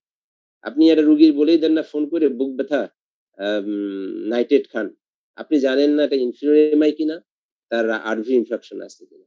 কাজেই নাইট্রেট দেওয়ার আগে আপনাকে ক্লিয়ার হইতে হবে যেটা ইনফিরিয়রের সাথে আরভি ইনফেকশন আছে কিনা। এবং এই রোগীর র‍্যাপিড ফ্লুইড চ্যালেঞ্জ দিতে হবে, যে সাডেন আপনার আরভি লোড বাড়ায় দিতে হবে সাডেনলি। এটা আপনি 10 ফোঁটা 20 ফোঁটা করে দিনে 1 লিটার দিলেন হবে না, সাডেন এটা একদম আরভি কে একটা লোড দিতে হবে, যে আমি তোমার জন্য একটা শক দিচ্ছি। তাহলে এই রোগী র‍্যাপিডলি তার লাইফ সেভ হতে পারে। তাহলে গুড, যে এটা ইনফিরিয়র এমআই রোগীর রাইট সাইডে ডিসিজি করা হয়েছে এবং ডেফিনেটলি এখানে রাইট ভেন্ট্রিকুলার ইনফ্রাকশন আছে। এবার খুব কমন পরীক্ষার হলের জিনিস, আমরা যদি এরকম স্যার আরবি ইনফেকশন স্যার ফ্লুইড দিই স্যার, কতটুকু দিব স্যার? এটা ওই যে আপনার ক্লিয়ার লাং বেস অসকাল্টেড করে যে র‍্যাপিডলি 500 1 লিটার, কিন্তু লাং বেস ক্লিয়ার করতে হবে যে যখনই ক্রেপিটেশন অ্যাপিয়ার হয়ে যাবে তখনই অফ করতে হবে। কারণ তার তো এমআই আছে, অন্য কোয়ালে ও তার ডিজিজও থাকতে পারে, এন্টেরিয়র ওয়াল বা অন্য ওয়ালও থাকতে পারে, আমি জানি না, তো ওদিকেও কম্প্রোমাইজ থাকতে পারে। কাজেই রোগীর অসকাল্টেশনের বেসিসে, আর ইউজুয়ালি পালমোনারি ক্যাপিলারি ওয়েস্ট প্রেশার দেখে বা পিএ প্রেসার দেখে এগুলো করা উচিত, যেহেতু আমাদের এটা নেই। আমাদের স্টেথোস্কোপ আছে, আমরা র্যাপিড 500 ml দিয়ে তারপরে আমরা আবার অসকালটেট করব। যদি ক্যাপিটেশন না থাকে তাহলে আবার এটা লাং বেজ অসকালটেশনের সঙ্গে ক্লিনিক্যালি এটা জাজমেন্ট করতে হবে, যেহেতু আমরা অতটা এখনো ইনস্ট্রুমেন্টালি অ্যাডভান্স না। তো রাইট সাইডে ইসিজি করবেন কিভাবে, এটা আমার ক্লাসে আমার সৌদ্য স্যার ধরছিল ক্লাসের মধ্যে। আরে হঠাৎ ব্যাপার, তাই তো লেফট সাইড জানি, রাইট সাইড কিভাবে? তো সোজা কথা, আমরা তো লেফট সাইডের লিড সবাই বসাইতে পারি, যে V4 right fourth left fourth, জানি না, সবাই জানি। তো কিছু মনে না থাকলে এটা লেফট সাইডের ইসিজি। এবার সবগুলো জিনিসকেই উল্টায় দেন, যে লেফট সাইডে এখন V1 V2 V3 V4 V5 V6, দেন আরভি রিপ্রেজেন্ট করে V3 থেকে V6। এইটুকু তো সেপ্টাম রিপ্রেজেন্ট করে, এটা আপনি চেঞ্জ করেন আর না করেন কোনো ব্যাপার না। যে সবগুলো লিডকে সিস্টারকে বললেন যে সিস্টার রাইট সাইডে রিসিভ করেন, সে জানে না, কারণ আপনাকে তো জানতে হবে। আপনি হেলথ কমপ্লেক্সে আছেন, আপনি জানেন যে এই রোগীর ইনফিরিয়র এমআই, আমি এটা রাইট সাইড, কিছু লাগতেছে না, শুধুমাত্র চেস্ট লিড গুলোকে রিভার্স করে দেন। এটা একটা হইতে পারে। আর একটা পদ্ধতি আছে যে আপনার লেফট সাইড করছেন V1 V2 V3 V4 V5 6, শুধুমাত্র এই যেটা ল্যাটারাল যে লিড ছিল V3 থেকে V6, এই চারটাকে ডান দিকে নিয়ে আসেন, V1 আর V2 আগের মতোই রাখেন। কাজেই আপনি যখন শিখবেন, যে কোনো একটা শিখবেন, দুইটা শিখতে যায় যদি অ্যামালগামেট করে ফেলেন তাহলে মুশকিল হয়। আপনি এটা শিখেন যে লেফট মানে সব যেরকম ছিল, আর রাইট মানে সব রিভার্স, অথবা এটা শিখেন যে V1 V2 তো আমার দরকার নাই আরভি ইনফেকশন ডায়াগনোসিসের জন্য, আমি এই লেফট সাইডের যে চারটা ছিল এটাকে রাইট সাইডে বসাই দিই তার জায়গায়। ঠিক আছে, ওকে। কাজেই আপনাকে রাইট সাইডের ইসিজি কিভাবে করতে হয়, যারা কার্ডিওলজি লাইনে আছেন তাদের তো মাস্ট, এবং যারা ভালো ক্লিনিক্যালি ওরিয়েন্টেড হবেন তাদের ডেইলি প্র্যাকটিস যেখানে চাকরি করবেন সেখানেও জরুরি। ক্লিয়ার যে রাইট সাইডের ইসিজি কিভাবে করতে হবে, যে অল লিডকে রিভার্স করে দিতে হবে, চেস্ট লিড গুলোকে। যদি সময় কম থাকে V1 V2 থেকেই গেল, এই চারটাকে ডান দিকে নিয়ে আসেন। সেখানে যদি V3 থেকে V6 স্পেশালি V4, এখানে যদি 1 মিলিমিটার এসটি এলিভেশন থাকে, আপনি চোখ বন্ধ করে বলেই দিতে পারেন যে আরভি ইনফেকশন, কিন্তু সময়ের সাথে সাথে কিন্তু ইসিজি চেঞ্জ নাও থাকতে পারে। কাজেই ইনফিরিয়র এমআই, পেশেন্ট শকে, পেশেন্টের জেভিভি রেজড, পেশেন্টের ক্লিয়ার লাং, ক্লিনিক্যালিও আপনাকে এটা আরভি ইনফেকশন করতে হবে। ইকো করলে আরভির ওয়াল মোশন অ্যাবনর্মালিটি পাবেন যদি সুযোগ পান ইকো করার। এবার হচ্ছে যে জানার তো অনেক কিছু, কিন্তু সবচেয়ে সহজ জানার বুদ্ধি হচ্ছে যে আপনি যদি দেখেন ইনফিরিয়র এমআই, তার যদি দেখেন এভিআর এবং V1 এ ওই লিডেই মানে লেফট সাইডের ইসিজিতেই ইনফিরিয়র এমআই আছে, তার সাথে এভিআর অথবা V1 এ 1 মিলিমিটার এসটি এলিভেশন আছে, আপনি ধারণা করতে পারেন যে রোগীর মেবি আরভি ইনফেকশন আছে। তখন আপনি রাইট সাইডেড করেন। তার মধ্যে যদি V3 V4 এ পান, এটা হচ্ছে ওই ইউনিভার্সাল গাইডলাইনের কথা আমরা ইউজুয়ালি ফলো করি যে 1 মিলিমিটার, কিন্তু ওই গাইডলাইনে বলছে যে 30 বছরের নিচে হলে 1 মিলিমিটার, কিন্তু 30 বছরের উপরে হলে আধা মিলিমিটার এলিভেশনও আরভি ইনফেকশন গণ্য হবে। কাজেই এটা হচ্ছে যে গাইডলাইনের কথা, কিন্তু সব তো আপনি এত গাইডলাইন এত কিছু মনে রাখতে পারবেন না। ইউজুয়াল লোকাল ফর্মুলা হচ্ছে যে V3 থেকে V6 এর মধ্যে যদি 1 মিলিমিটার এলিভেশন হয় তাহলেই আপনি আরভি ইনফেকশন বলতে পারবেন। কিন্তু গাইডলাইন বলছে যে 30 এর কম হলে 1, 30 বছরের উপরে হলে তার জন্য আধা মিলিমিটারও সেনসিটিভ, যে তাকে আরভি ইনফেকশন গণ্য করে আপনি ফ্লুইড দিলে মেবি লাইফ সেভ হয়ে যেতে পারে।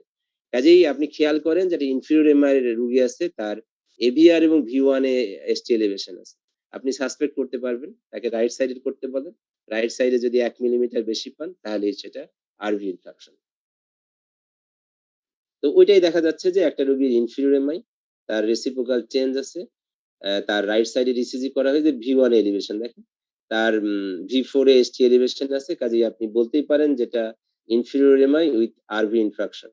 কাজেই আপনি সেভাবেই ব্যবস্থা নেবেন।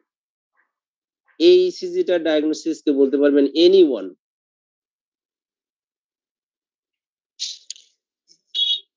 Inferior MI with posterior Inferior MI and with posterior extension. Good, এটা কিন্তু এক্সটেনশন, ট্রু পোস্টেরিয়র এমআই না, কিন্তু বি কেয়ারফুল। ইনফিরিয়র এমআই এর সাথে যখন হবে তখন ইনফিরিয়রের এক্সটেনশন হিসাবে চলে যাচ্ছে। এটা কিন্তু আইসোলেটেড ট্রু পোস্টেরিয়র এমআই, যেটা আমি ওই একটা ছবি দেখাইছিলাম সেটা কিন্তু না। এখানে inferior MI definitely 2-3 AVF, reciprocal change আছে, এটা স্পাজম না, এবং আর ST depression T upright, good, this is the posterior extension. তাহলে এটা রোগীর ডায়াগনোসিস হচ্ছে inferior MI with posterior extension. এখানে খেয়াল করে দেখেন V1 এ আর AVR এ কিন্তু এসটি এলিভেশন নাই, কাজে আমরা এখানে আরভি ইনফেকশন হয়তোবা প্রেডিক্ট করছি না, কিন্তু তারপরেও এই রোগীর রাইট সাইড করতে হবে। মানে ইনফিরিয়র এমআই পেলেই পোস্টেরিয়র থাকুক আর যাই থাকুক, রোগীর ম্যানেজমেন্ট পারপাসে, তার নাইট্রেট দেওয়ার পারপাসে, তার ফ্লুইড দেওয়ার পারপাসে অবশ্যই আপনি একটা রাইট সাইড করে নেবেন। এই ট্রু পোস্টেরিয়র এমআই কে বলে মিরর ইমেজ। কেন এমআই বলে দেখেন খেয়াল করে, ট্রু পোস্টেরিয়র এমআই আমি বলছিলাম টল আর এসটি ডিপ্রেশন টি আপরাইট। দেখেন এটাকে যদি আপনি উল্টা দিক থেকে দেখেন তাহলে কি হয়, কিউ ওয়েভ দেখতে পাচ্ছেন, এসটি এলিভেশন দেখতে পাচ্ছেন, টি ওয়েভ দেখতে পাচ্ছেন। এই জিনিসটা যদি উল্টা দিক থেকে দেখেন, এখান থেকে তো কি আপনি দেখতেছেন আর এসটি ডিপ্রেশন টি আপরাইট, কিন্তু যদি আপনি অপোজিট দিক থেকে দেখেন তাহলে এই চিত্রটা দেখতে পাবেন। এটাই মিরর ইমেজ। দেখেন খেয়াল করে, এইটা হচ্ছে পোস্টেরিয়র ওয়াল। কাজে এই ট্রু পোস্টেরিয়র এমআই শুধুমাত্র একটা লিডের এই ছবি আপনার এই রোগীকে থ্রম্বোলাইসিস করতে হবে। এই রোগীকে যদি আপনি মনে করেন দূর একটা লিডে আছে, এটার কোনো গুরুত্ব নাই, তাহলে কিন্তু পেশেন্ট মিস। এই পোস্টেরিয়র এমআই রোগীর জন্য কাল হয়ে যেতে পারে। কাজে ক্লিয়ার যে ট্রু পোস্ট, এটাকে কেন এমআই বলা হয়, যে দেখেন যেটা অপোজিট থেকে এটা এমআই মত, এবং এটা দেখা গেছে যেটা সাধারণত usually left circumflex artery block থাকে। স্যার হচ্ছে পোস্টেরিয়র লিডে যদি ইনফিরিয়র সাথে এক্সটেনশন না থাকে, শুধু পোস্টেরিয়র ট্রু পোস্টেরিয়র, সেক্ষেত্রে কি একটা লিডও অনেক গুরুত্বপূর্ণ? হ্যাঁ, V1 V2 তে সাথে থাকে, কিন্তু V1 ইউজুয়ালি একটাই হয় না, 2 তে হয়। তাহলে V1 V2 র অলওয়েজ এমআই এর ডেফিনেশনটা হচ্ছে কন্টিনিউয়াসলি, কারণ এই লিড প্লেসমেন্টের জন্য V1 এ হইতে পারে। তখন এই যে আমি নার্সিং এর ক্লাস নেই, তো তো তারা আসলে ওই যে স্পেসের ব্যাপারটাই কনসাস থাকে না। যদি আপনি এক স্পেস উপরে ফোর্থ স্পেসে দেন তাহলে হাইট ছোট হয়ে যাবে, আবার যদি সিক্সথ স্পেসে দেন তাহলে কমপ্লেক্সের হাইট বেড়ে যাবে। এই জন্য বলা হচ্ছে যে অবশ্যই কন্টিনিউয়াস লিড, যে ইউজুয়ালি V1 এবং V2 তেই থাকে। অবশ্যই কন্টিনিউয়াস লিডের দুইটা লিডের ইম্পর্টেন্স বেশি একটা সিঙ্গেল লিডের থেকে, এবং অনেক সময় V1 এ থাকে না বসানোর জন্য, V2 তে এরকম ট্রু পোস্টেরিয়র এমআই থাকে, কিন্তু সেই ক্ষেত্রে ইনফিরিয়র লিডে থাকে না। বুঝা গেল? স্যার পোস্টেরিয়র এক্সটেনশনটা আরেকটু বলে দিলে ভালো। যখন ইনফিরিয়র এমআই এর সাথে এই পোস্টেরিয়র চেঞ্জ পাওয়া যাচ্ছে, যে টল আর এসটি ডিপ্রেশন ইনফিরিয়র এর সাথে, যে একটা ওয়ালের থেকে, যে একটা রাজ্যের থেকে আরেকটা রাজ্যের মধ্যে ঢুকে পড়ছে, আর ওটা ওর টেরিটরির মধ্যে, পোস্টেরিয়র টেরিটরির মধ্যে, যে ওটা হচ্ছে বর্ধিত অংশ, আর এটা হচ্ছে ট্রু, একদম সত্য ট্রু পোস্টেরিয়র এমআই, আর ওটা হচ্ছে ইনফিরিয়র এমআই এর সাথে তার এক্সটেন্ডেড পার্ট, যে এলসিএক্স এর টেরিটরিটা এমন যে সে ইনফিরিয়র ওয়ালকেও দিচ্ছে, পোস্টেরিয়র ওয়ালকেও দিচ্ছে, যে এলসিএক্স বন্ধ হয়ে গেছে, তখন তো দুই জায়গাতেই হবে। আর ঠিক এলসিএক্স এর যে পার্টের জন্য ইউজুয়ালি এই অংশটা হচ্ছে, সেটা হচ্ছে ট্রু পোস্টেরিয়র এমআই, ওখানে ইনফিরিয়র এমআই হবে না, সেখানে শুধু V1 V2 V3 তে চেঞ্জ থাকবে, টল আর ST depression T upright. Clear? আমরা এই ছবি আবার দেখাবো। এই যে এখানে দেখেন টল আর এসটি ডিপ্রেশন টি আপরাইট, এটা পোস্টেরিয়র। এবার এটা কি বলতে পারবে, এটা ডায়াগনোসিস এনিওয়ান? তাড়াতাড়ি করলে আমরা বেশি স্লাইড দেখাইতে পারবো, শুধু স্লাইড দেখি আর থিওরি নেই।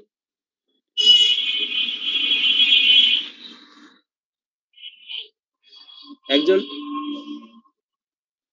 Sir, inferior MI with posterior extension. Very good. আমি তো ল্যাটারাল লিডও দেখতে পাচ্ছি যে 4, 5, 6 এর এসটি এলিভেশন। ইনফিরিয়র এর সাথে তো ল্যাটারাল দিকে যেতে পারে না, আছে না? এই যে এসটি এলিভেশন 5, 6 এ, তাহলে ইনফিরিয়র ল্যাটারাল, গুড। তার সাথে Inferior lateral, sir. তার সাথে পোস্টেরিয়র, একদম টিপিক্যাল টল আর এসটি ডিপ্রেশন টি আপরাইট, এবং যার হয় তারই মানে রাইট সাইডে সব ইসিজিতেই হয়। দেখেন একদম টিপিক্যাল। তাহলে ইনফেরিয়র ল্যাটারাল, তার মানে এটা কোন করোনারি আর্টারি হইতে পারে, যে কেউ বলতে পারেন যে এটা ইউজুয়ালি মনে হয় left circumflex. Sir ELCX। Good. পরীক্ষার হলে বলা যাবে না, পরীক্ষার হলে অ্যাব্রিভিয়েশন টার্মটা বাতিল। এবার পোস্টেরিয়র কনফার্ম করবেন কিভাবে? পোস্টেরিয়র কনফার্ম করতে হলে ইসিজি, আর একটা হচ্ছে পোস্টেরিয়র ইসিজি। তাহলে আমরা জানতাম লেফট সাইডের ইসিজি, একটু আগে জানলাম রাইট সাইডের ইসিজি, এবার হচ্ছে পোস্টেরিয়র ইসিজি। আপনাকে এই তিনটা ইসিজি কিভাবে করতে হয় আপনার স্টাফকে কিন্তু শিখাই দিতে হবে, নাহলে কিন্তু আপনাকে বসাইতে হবে। তাহলে রুগীকে বসায়ে বা উপর করে তার কারণ আমাদের ইসিজি লিড থাকে কয়টা, 6টা না? তাহলে 9টা বানাবেন কেমন? পোস্টেরিয়র ইসিজির মার্ক করতে হবে V7, V8, V9। তাহলে 9টা লিড পাবেন কোথায় আপনি? আপনার তো আছে 6টা লিড টেস্টে। তাহলে V1, V2, V3 খুলে ফেলেন। খুলে এই 7, 8, 9 পজিশনে বসান। 7 হচ্ছে 5th ইন্টারকোস্টাল স্পেস ব্যাকে পোস্টেরিয়রলি। তো 7 বসাবেন পোস্টেরিয়র অ্যাক্সিলারি লাইনে, 8 বসাবেন এই যে inferior angle of the scapula বরাবর, 9 বসাবেন স্পাইনের ল্যাটারালি। 7, 8, 9। তাহলে রুগীকে এইবার বসাইতে হবে। রুগী কিন্তু চিৎ করে করা যাবে না। পরীক্ষার হলে কিন্তু আপনাকে কনফিউজড করে দিতে পারে যে রুগী কি চিৎ করে করা যাবে, যাবে না, কারণ আপনি দেখেনই নাই। তাহলে এই রুগীকে হয় বসাইতে হবে, বসানো সহজ, উপর করা এই এত তার দিয়ে বিপদ। কাজে রুগী তো বসা সহজ, কার্ডিয়াক রুগী বসেন বাবা একটু, আপনার পিছনে বসাই দিই দুটো 7, 8 আর 9 বসাই দেন। দেওয়ার পরে 7, 8, 9 এ যদি আধা মিলিমিটার এলিভেশন থাকে তাহলেই আপনি পোস্টেরিয়র এমআই বলতে পারবেন। কাজেই যখনই দেখবেন এরকম ঘটনা বা ট্রু পোস্টেরিয়র এমআই, তখনই আপনি আপনার স্টাফকে বলবেন যে পোস্টেরিয়র ইসিজি করেন। তার আগে আপনাকে জানতে হবে 7, 8, 9 এর লোকেশন কোথায়। কাজেই এখান থেকে দেখে নেবেন 7 হচ্ছে যে পোস্টেরিয়র অ্যাক্সিলারি লাইন, 8 হচ্ছে inferior angle of the scapula, আর এটা হচ্ছে। কাজেই আপনাকে লেফট সাইডের ইসিজি নিজে দেখতে হবে, কারণ আপনি যেখানে থাকবেন দেখা গেল যে আপনি আর স্টাফ, কাজেই আপনাকেই জানতে হবে রাইট সাইডের ইসিজি কখন করবেন, পোস্টেরিয়র কখন করবেন এবং তার ইন্টারপ্রিটেশন। তাহলে লেফট সাইডের ইসিজির ইন্টারপ্রিটেশন বলছে যে অল লিডের জন্য more than 1 millimetre except V2, V3, সেটা ওই যে 1.5 to আড়াই। রাইট সাইডের ইসিজি করলে 1 মিলিমিটার হইতে হবে রাইট সাইডের ইসিজি, আর পোস্টেরিয়র ইসিজি করলে আধা millimetre 0.5 millimetre elevation is the posterior MI. Okay, তাহলে আবার ওই ছবিটাকে করে দিছি 7, 8, 9 কোথায়, 7, 8, 9 কোথায়, আর নরমাল লেফট সাইড কোথায়। তাহলে আমরা নরমাল লেফট সাইড করব, তারপরে V1, V2, V3 খুলে ফেলে 7, 8, 9 এ বসাই দেব এবং মার্ক করব এরকম 7, 8, 9 দিয়ে। তাহলে ওই যে আবার গাইডলাইন আধা মিলিমিটার। ওকে, এবার খেয়াল করে দেখেন যে আপনি একটা ইসিজি পেলেন, তার এরকম মার্কিং করা আছে 7, 8, 9। আপনি এটা কোন ইসিজি ধরে নেবেন? 4, 5, 6 কে কেটে দিয়ে করা আছে 7, 8, 9। আপনি রিপোর্ট গুড পোস্টেরিয়র ইসিজি দেখেন তো এখানে আধা মিলিমিটার এলিভেশন আছে কি নাই? আধা তো বুঝেন, স্মল ঘরেরও বেশি। কাজেই দেখেন যে এটা এখানে তো আমরা পোস্টেরিয়র দেখতে পাচ্ছিলাম না, টলার, এসটি ডিপ্রেশন, টি আপরাইট। ওকে, তারপরে 7, 8, 9 এ আধা মিলিমিটার বেশি। কাজেই এটা অবশ্যই ডেফিনিটলি প্রুভড যে এটা posterior extension of the posterior. একটা কোশ্চেন, অনেক সময় দেখা যায় যে যে রোগী, গরিব রোগীর প্রত্যেকটা ইসিজি করার জন্য তো আসলে চার্জ কাটা হয়, চার্জ লাগে একটা ইসিজি। অনেক সময় দেখা যায় যে স্যার পুরো বোঝা যাচ্ছে যে তখন সেক্ষেত্রে আমরা মিরর ইমেজ মানে ইসিজিটাকে পিছন দিক থেকে দেখলে তো পোস্টেরিয়র ডায়াগনোসিস এক্সটেনশনটা ডায়াগনোসিস হয়ে যায়, কিন্তু সেক্ষেত্রে হচ্ছে যে করা লাগে। সেখানেও করতে হবে ওটা। টাকা তো এখানে একটা ইসিজির লিডে কত খরচ হবে? 10 টাকা, 80 টাকা গভর্নমেন্ট হসপিটালে। জি স্যার, রুগী কত কিছু খরচ করে, আপনি চিন্তা করছেন হাসপাতালে? যেহেতু আপনার এটা রেকর্ডিং এবং ফেসবুক লাইভ, কাজে আমি তার কিছু বলতে পারছি না। যে তো একাডেমিকও, আপনি একাডেমিক পারপাসে ধরে নিলাম এটা ফ্রি অফ কস্ট একটা পেপারই তো, লেফট রাইট সব রুগী তো করতেছেন না আপনি। এই ইনফিরিয়রের সাথে আরভিআই এটা খুব বেশি কম্বিনেশন না। ইনফিরিয়রের সাথে পোস্টেরিয়র বা ট্রু পোস্টেরিয়র এমআই, এখানে যারা 27 জন আছেন মানে নিজে ডায়াগনোসিস করছেন, দেখছেন, এর সংখ্যাও খুব কম। কাজেই যেহেতু আমরা একাডেমিক পারপাসে শেখার জন্য, তো পরীক্ষার জন্য হলেও তো জানতে হবে, তখন কি করবেন? প্র্যাকটিক্যালি তো আপনি চোখে দেখেই ডায়াগনোসিস করে ফেল দিতে পারেন, তাই না? ওকে, তাহলে আমরা পোস্টেরিয়র ইসিজি কি ক্লিয়ার? কোথাও বুঝতে অসুবিধা হলে বলতে হবে যে আমি বুঝতে পারতেছি না, কারণ হচ্ছে যে কনফিউশন নিয়ে বাড়ি যাবে না। এই সেই গার্বোসা ক্রাইটেরিয়া যে ল্যান্ডসেটে কয়েকবার আমি এলবিবি ইসিজি পোস্ট করছি, কিন্তু ওইখানে অনেকেই অনেক রকম কমেন্টস করার পরে এই গার্বোসা ক্রাইটেরিয়া আপনাদের সামনে হাজির করা হয়েছে। ওই পরিষ্কার দেখেন যে কনকর্ডেন্ট বলছিলাম, যেদিকে কিউআরএস এর অ্যামপ্লিটিউড সেই দিকে যদি এসটি এলিভেশন হয়, কনকর্ডেন্ট এলিভেশন 1 মিলিমিটারে যথেষ্ট, 5 পয়েন্ট। কনকর্ডেন্ট ডিপ্রেশন মানে যেদিকে অ্যামপ্লিটিউড সেদিকে ডিপ্রেশন 1 মিলিমিটার, 3 পয়েন্ট। ডিসকর্ডেন্ট যদি হয় সেক্ষেত্রে আপনি খুব তাড়াতাড়ি বলতে পারেন 5 মিলিমিটারের বেশি হলে, অথবা এই যে টোটাল কিউআরএস কমপ্লেক্স বা এস ওয়েভ তার 25% এর বেশি এলিভেশনটা হতে হবে। যখন এই ক্রাইটেরিয়া ফলো করবেন সেটা হচ্ছে মডিফাইড গার্বোসা ক্রাইটেরিয়া। আর যখন 5 মিলিমিটার ইউজ করবেন তাহলে শুধু গার্বোসা ক্রাইটেরিয়া। যে গার্বোসা ক্রাইটেরিয়া এডিশন হয়ে তার সঙ্গে স্মিথ সাহেব যোগ হয়ে মডিফাইড করছেন যে সেটা যদি ডিসকর্ডেন্ট এলিভেশন হয় বা ডিসকর্ডেন্ট ডিপ্রেশন হয় তাহলে আপনাকে কমপ্লেক্সের 25% এর বেশি হইতে হবে কিউআরএস এর। তাহলে ধরেন এটা যদি কত 5 5 10 আর এটা 5 তাহলে 50%, তাহলে এটা অবশ্যই মডিফাইড গার্বোসা ক্যাট। তাহলে এই যদি পান আপনি এলবিবি ইসিজিতে তাহলে বলতে পারবেন যে এমআই এর জন্য এলবিবি বা এই ইসিজি এমআই, না হলে আপনাকে এলবিবি বলে পরীক্ষার হল থেকে বের হতে হবে। এটা হচ্ছে যে সেই মডিফাইড ক্রাইটেরিয়া। যদি ডিসকর্ডেন্ট ডিপ্রেশন হয় তাহলে এই ডিপ্রেশন হচ্ছে 3 মিলিমিটার আর কিউআরএস কমপ্লেক্স হচ্ছে 10। তাহলে 3 কে 10 3/10 তাহলে মোর দ্যান 30 0.30। এখানে এলিভেশন 3.5 3.5 ডিভাইডেড বাই 10 তাহলে 0.3 0.25 এর বেশি হলেই মডিফাইড গার্বোসা ক্রাইটেরিয়া ফুলফিল করবে। আপনি তখন বলতে পারবেন যে ইটনেবিনে বাই। যেহেতু এখানে পয়েন্ট কত মাত্র 2, কিন্তু 5 পয়েন্ট পাইলে ডেফিনিট, 3 নম্বর পাইলে প্রবাবল, আর 2 হইলে যে আপনি ধারণা করতে পারেন। তাহলে যে এরকম খুব কমই দেখা যায় যে কনকর্ডেন্ট এলিভেশন। তাহলে গার্বোসা ক্রাইটেরিয়া বোঝা গেল যে আপনাদের এবার যে আমার ইসিজি যে পোস্ট করা আছে ল্যান্সেট এলবিবি, ওইটার উত্তর হওয়া উচিত ছিল এটা যে এটা এলবিবি, আমরা গার্বোসা ক্রাইটেরিয়া দেখবো, গার্বোসা ক্রাইটেরিয়া যদি ফুলফিল করে তাহলে এটা এমআই রিলেটেড বলতে পারবো, না হলে এটা LBB due to any cause. Okay, এইবার 3 পয়েন্টের এটা গার্বোসা ক্রাইটেরিয়া 3 পয়েন্ট যখন দেওয়া হবে ওইটা একবার একটু বলতে ভালো লাগছে। খুব সহজ। এই যে কনকর্ডেন্ট মানে কি, যখন কিউআরএস এর অ্যামপ্লিটিউড যেদিকে, এটা কিউআরএস এর অ্যামপ্লিটিউড কোথায়, নিচের দিকে, তো সেই দিকে যদি ডিপ্রেশন হয় তাহলে কি কনকর্ডেন্ট না, কনকর্ডেন্ট ডিপ্রেশন। তাহলে সেটা যদি 1 মিলিমিটার হয় তাহলে কনকর্ডেন্ট এলিভেশন হলো 1 মিলিমিটার, কনকর্ডেন্ট ডিপ্রেশন হলো 1 মিলিমিটার। কিন্তু এলিভেশন হলে তাকে আপনি 5 বকশিশ দিবেন, আর যদি ডিপ্রেশন হয় 3 বকশিশ দিবেন। কিন্তু ডিসকর্ডেন্ট যদি হয় এলিভেশন, যে কিউআরএস নিচের দিকে এলিভেশনটা অপোজিট দিকে, সেই ক্ষেত্রে পয়েন্ট হচ্ছে 2। যে এটা অনেক কারণেই হইতে পারে, এটার ফলস পজিটিভ হইতে পারে, কিন্তু এই দুইটা হলে আপনি বলেই দিতে পারেন। এটাও বলা যাবে না যে আপনি পরীক্ষার হলে বা আপনি ক্লিনিক্যালি চেষ্টা করছেন যে গার্বোসা ক্রাইটেরিয়া দেখতে গেছেন, এই জন্য আপনি একটা থ্যাঙ্কস পেতেই পারেন। কিন্তু গার্বোসা ক্রাইটেরিয়া জানবোই না, এলবিবি কে বলে ফেলবো, এটা হবে না।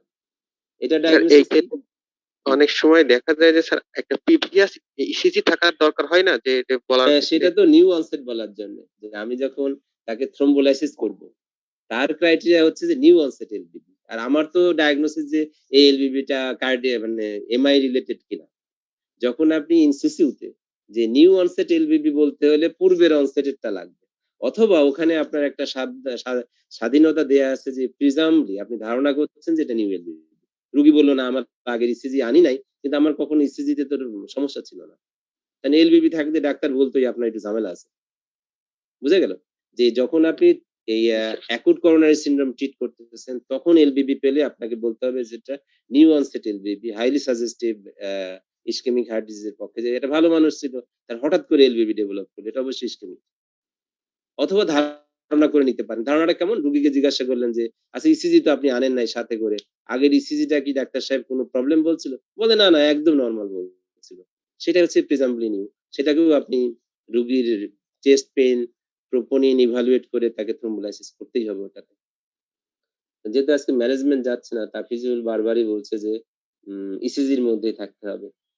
তাহলে এইটা diagnosis anyone? acute infralateral MI. Inferolateral. Acute বলা গেল কিভাবে ইসিজিতে? কিউআর ডেভেলপ করছে স্যার।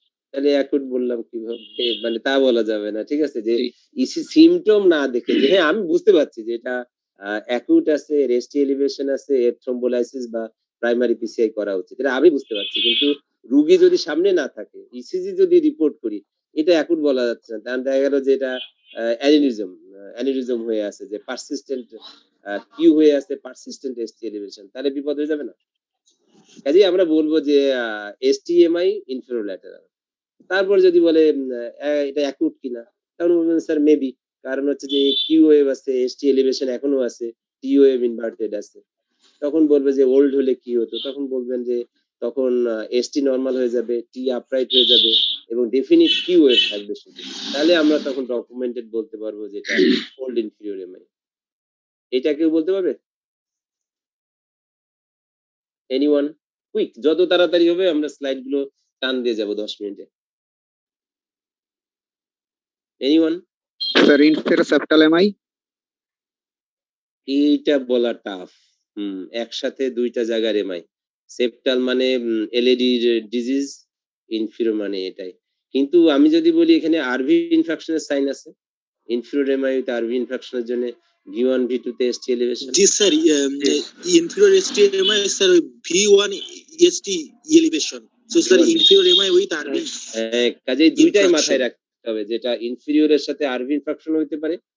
এখন আপনি যদি রাইট সাইড করে দেখেন যে আরভি ইনফেকশন আছে, তাহলে এটা আরভির জন্য, অথবা মেবি সাথে কোএক্সিস্টেন্ট সেপ্টাল আগে থেকে ছিল বা গুড, মানে যেটাই হোক good observation. Even sir AVR তো এলিভেশন আছে স্যার, এভিআর এ না, এভিআর এলিভেশন নাই। এই যে এভিআর এ নরমাল, এভিআর বা V1 দুইটাতেই থাকবে তা না।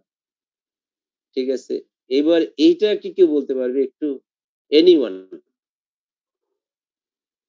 একটা এসটি ডিপ্রেশন, তাই না? এলিভেশন না, এটা তো অ্যাকুট করোনারি সিনড্রোম, এর সাথে টোপোনিন বাড়লে MI. Sir, left main coronary artery disease. Sir এটা left main coronary artery disease, aVR ST elevated V1 ST elevation. এইখানেই বলি যে একটা বুট শেপের এক্সরে দেয়া ছিল ল্যান্সেটে পরশুদিন রাতে, যে একটা এক্সরে দেখে কি টপ বলা যায় টেট্রালজি অফ ফ্যালটস? বলা যাবে যে হ্যাঁ এই ফিচার গুলো সাজেস্টিভ অফ টেট্রালজি অফ ফ্যালটস, তাই না? কিন্তু ওইখানে দেখেন ওখানে কি রাইট ভেন্ট্রিকুলার হাইপারট্রফি একটা কম্পোনেন্ট ওখানে দেখা যাচ্ছে, কিন্তু টপের তো 4টা কম্পোনেন্ট। সেরকম যে লেফট মেইন বলা যাবে না যে feature suggestive of left main disease or left main equivalent disease, বলা যাবে না this is the left main disease. Okay, যে একই কথা পরীক্ষায় কিভাবে আপনি এক্সামিনারকে স্যাটিসফাইড করবেন, বলুন sir all features suggestive of left main disease. কিভাবে? যে ম্যাক্সিমাম লিডে ডিপ্রেশন, কারণ কোন করোনারি আর্টারি ফলো করে না এভরি জায়গায়। তারপরে হচ্ছে যে এভিআর এলিভেশন, এবং এভিআর এর এলিভেশনটা V1 থেকে বেশি। যদি এভিআর এর এলিভেশনটা V1 থেকে কম হতো তাহলে এর গুরুত্বটা কমে যেত। কাজে যারা বলছেন যে অ্যাবসলিউটলি রাইট অ্যান্সার, যে it is most likely left main coronary artery disease. Very very carefully রাখতে হবে পেশেন্টকে, এটাকে গ্যাস্ট্রিক টেস্টিক বলে বাড়ি পাঠিয়ে দিয়েন না। Thank you. এইবার এটা যে পারবে তাকে আজকের ক্লাসের স্পেশাল থ্যাঙ্কস। এটা একটু pericarditis. Pericarditis, concavity ST elevation, Spodic sign. তাহলে কয়জনকে থ্যাঙ্কস দিচ্ছে? 1 2 3 জনকে। Good, very very good. কিন্তু এই রোগীর এত স্ট্রেপ্টোকাইনেস দেয়া হয়েছে, এটা স্ট্রেপ্টোকাইনেস দেয়া রোগীর ছবি এটা। তো গুড, আজকে তাফিজুল বা তথা ল্যান্সেট গ্রুপকে থ্যাঙ্কস, যে আমার মন ভালো করে দিচ্ছে আজকে সকালে রোজার দিনের ক্লাসে, যে very very good observation, this is the acute pericarditis. এতগুলো লিডে এমআই একসাথে হবে, খেয়াল করে দেখেন, 1 এ আছে, 2 3 এডিএফ এ আছে, এদিকে আছে। এত কিছু ঝামেলা হইলে আপনি কিচ্ছু দরকার নাই, খালি এভিআরটা খেয়াল করে দেখেন, যে এভিআর এ PR elevation, ST segment depression, আর সবগুলো এই যে কনকেভিটি আপওয়ার্ড, চেয়ারের মতো, তাই না? Just like chair. Very very good, আজকে আমার মন ভালো হয়ে গেছে এতদিন ক্লাস নিয়ে, যে this is the acute pericarditis. কিন্তু এই রোগীর স্ট্রেপ্টোকাইনেস দিয়া, এই রোগীর ক্যাথ ল্যাব থেকে ডায়াগনোসিস রেট্রোগ্রেডলি হয়েছে। ওকে, কাজেই বি কেয়ারফুল, যে যে লেভেলেই হন না কেন, যে এই রোগীটা এমআই হওয়ার পসিবিলিটিস নাই, কারণ এই রোগীর চেস্ট পেনও আলাদা। অল লিডে আছে এভিআর আর V1 বাদে, আর কিচ্ছু দেখার দরকার নেই। ভেরি সবাইকে ধন্যবাদ। এবার এইটাকে বলতে পারবে খুব তাড়াতাড়ি, আমরা শেষের দিকে। এটা কি? স্যার এটা Wolff Parkinson WPW syndrome, sir. Very good, তাহলে এটা good good good, thank you thank you. আর বলা যাবে না, আমার বলার সুযোগ দেন একটু, যে কখনো এমআই বলার আগে খেয়াল করে দেখেন যে কিউআরএস টা হোয়াইট কিনা। কখনো ওল্ড এমআই বলার আগে দেখে নেন যে পিআর ইন্টারভেলটা শর্ট কিনা। কারণ এগুলো কিন্তু এমআই ডায়াগনোসিস হওয়া ইসিজি, এই যে যেগুলো দেখানো হচ্ছে আপনাদের, যেগুলো ডাব্লিউপিডব্লিউ হিসাবে কিন্তু আমার কাছে আসে নাই, এগুলো এমআই হিসাবে কালেক্ট করা। কাজেই ইনফিরিয়র এমআই বলার আগে দেখে নেন যে ডাব্লিউপিডব্লিউ টাইপ বি কিনা। ওকে, ভেরি ভেরি গুড। ডেল্টা বোঝা যাচ্ছে স্যার। এখানে ক্লারিং আছে, শর্ট পিআর ইন্টারভেল আছে, ডেল্টা ওয়েভ আছে, ভেরি ভেরি গুড। এখানে negative delta wave, very good very good. আজকে মন ভালো হয়ে গেছে আমার। তাহলে this is the WPW type ECG, not WPW syndrome. Okay, this is the WPW type B ECG. এটা হচ্ছে কারেক্ট অ্যান্সার। একই উত্তর 10 জন পরীক্ষার্থী থাকলে তার 10 জনের মধ্যে একজন বেশি নাম্বার পায়। কেন? তার বলার ক্যাপাসিটির জন্য। এটা উত্তর হচ্ছে sir this is the WPW type B ECG। বলবে কেন এমআই না? যে স্যার ডেফিনেটলি এখানে কি ওয়েভ মতো মনেই হচ্ছে, কিন্তু নেগেটিভ স্লারিং বা নেগেটিভ ডেল্টা ওয়েভ আছে স্যার। আমি পিআর ইন্টারভেল শর্ট এবং ডেল্টা ওয়েভ দেখতে পাচ্ছি এবং কমপ্লেক্স গুলো wide. Very very good.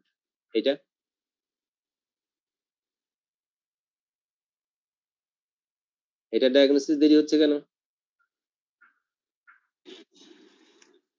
Either MI or MI না?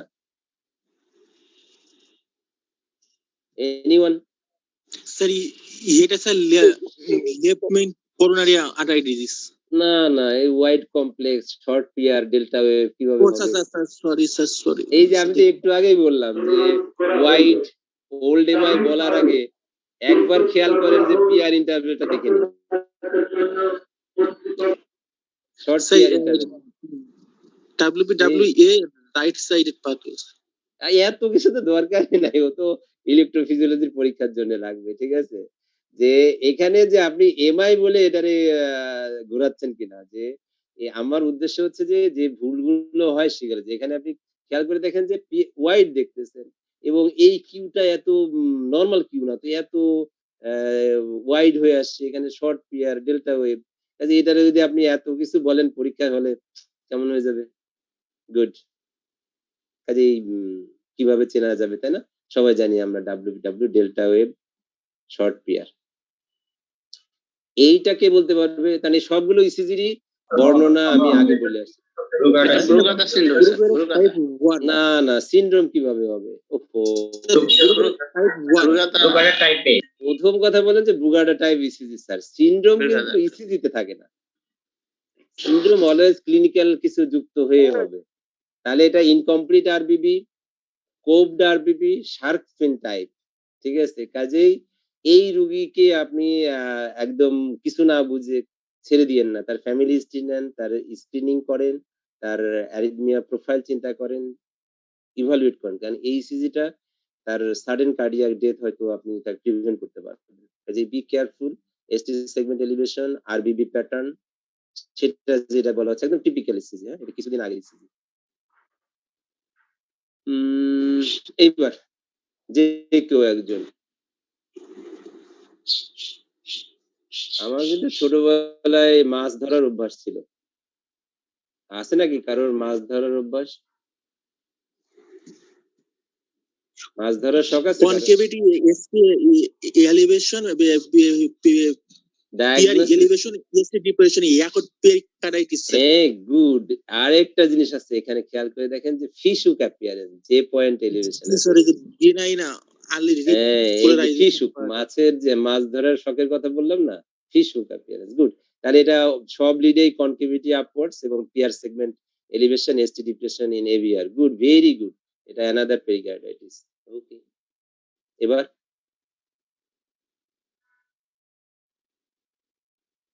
এটা ডায়াগনোসিস।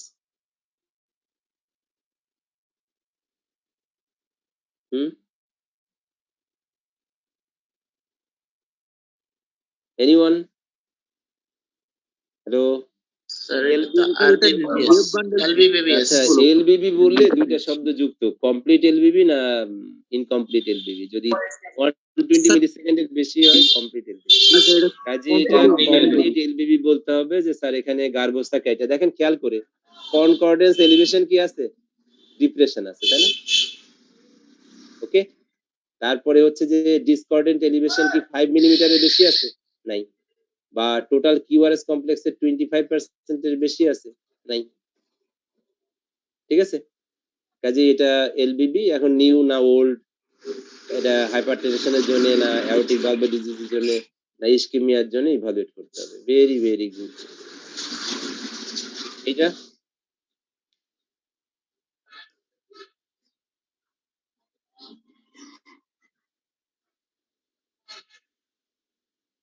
স্যার এটা most possible Prinzmetal angina vasospastic stimulation sir B3 থেকে মনে হচ্ছে। আবার স্টিল এটা কার কথা শুনতে পাচ্ছি? স্যার আমি Buddhadeb Ganguly. Ganguly, good, very good. যে ভেরি গুড, কারণ এটা পেরিকার্ডাইটিস না, কারণ হচ্ছে লিমলি নরমাল, তাই না? এতগুলো লিমলি নরমাল, এভিআরও নরমাল, কাজেই যা ঘটনা আছে তার একটা করোনারি আর্টারি টেরিটরিতে। হ্যাঁ, কিন্তু আমরা মানতে চাচ্ছি না কেন? এখানে যে পয়েন্ট এলিভেশন আছে এবং কনকেভিটি আপওয়ার্ডস, তাহলে এই রোগীকে জিটিএন দিতে হবে, আবার আধা ঘন্টা পরে আরেকটা ইসিজি করতে হবে। ঠিক আছে, তারপরেও যদি পারসিস্ট করে তখন তো চিন্তা করতে হবে, কারণ প্রিজমেন্টাল অ্যাঞ্জাইনা পারসিস্ট করবে না এবং কমে যাবে। কাজেই এটা এসটি এলিভেশন একটা করোনারি টেরিটরি V4 পর্যন্ত, মানে এন্ট্রোসেপ্টাল রিজিয়নে, যে সেখানে maybe this is the Prinzmetal angina. Very good. এটা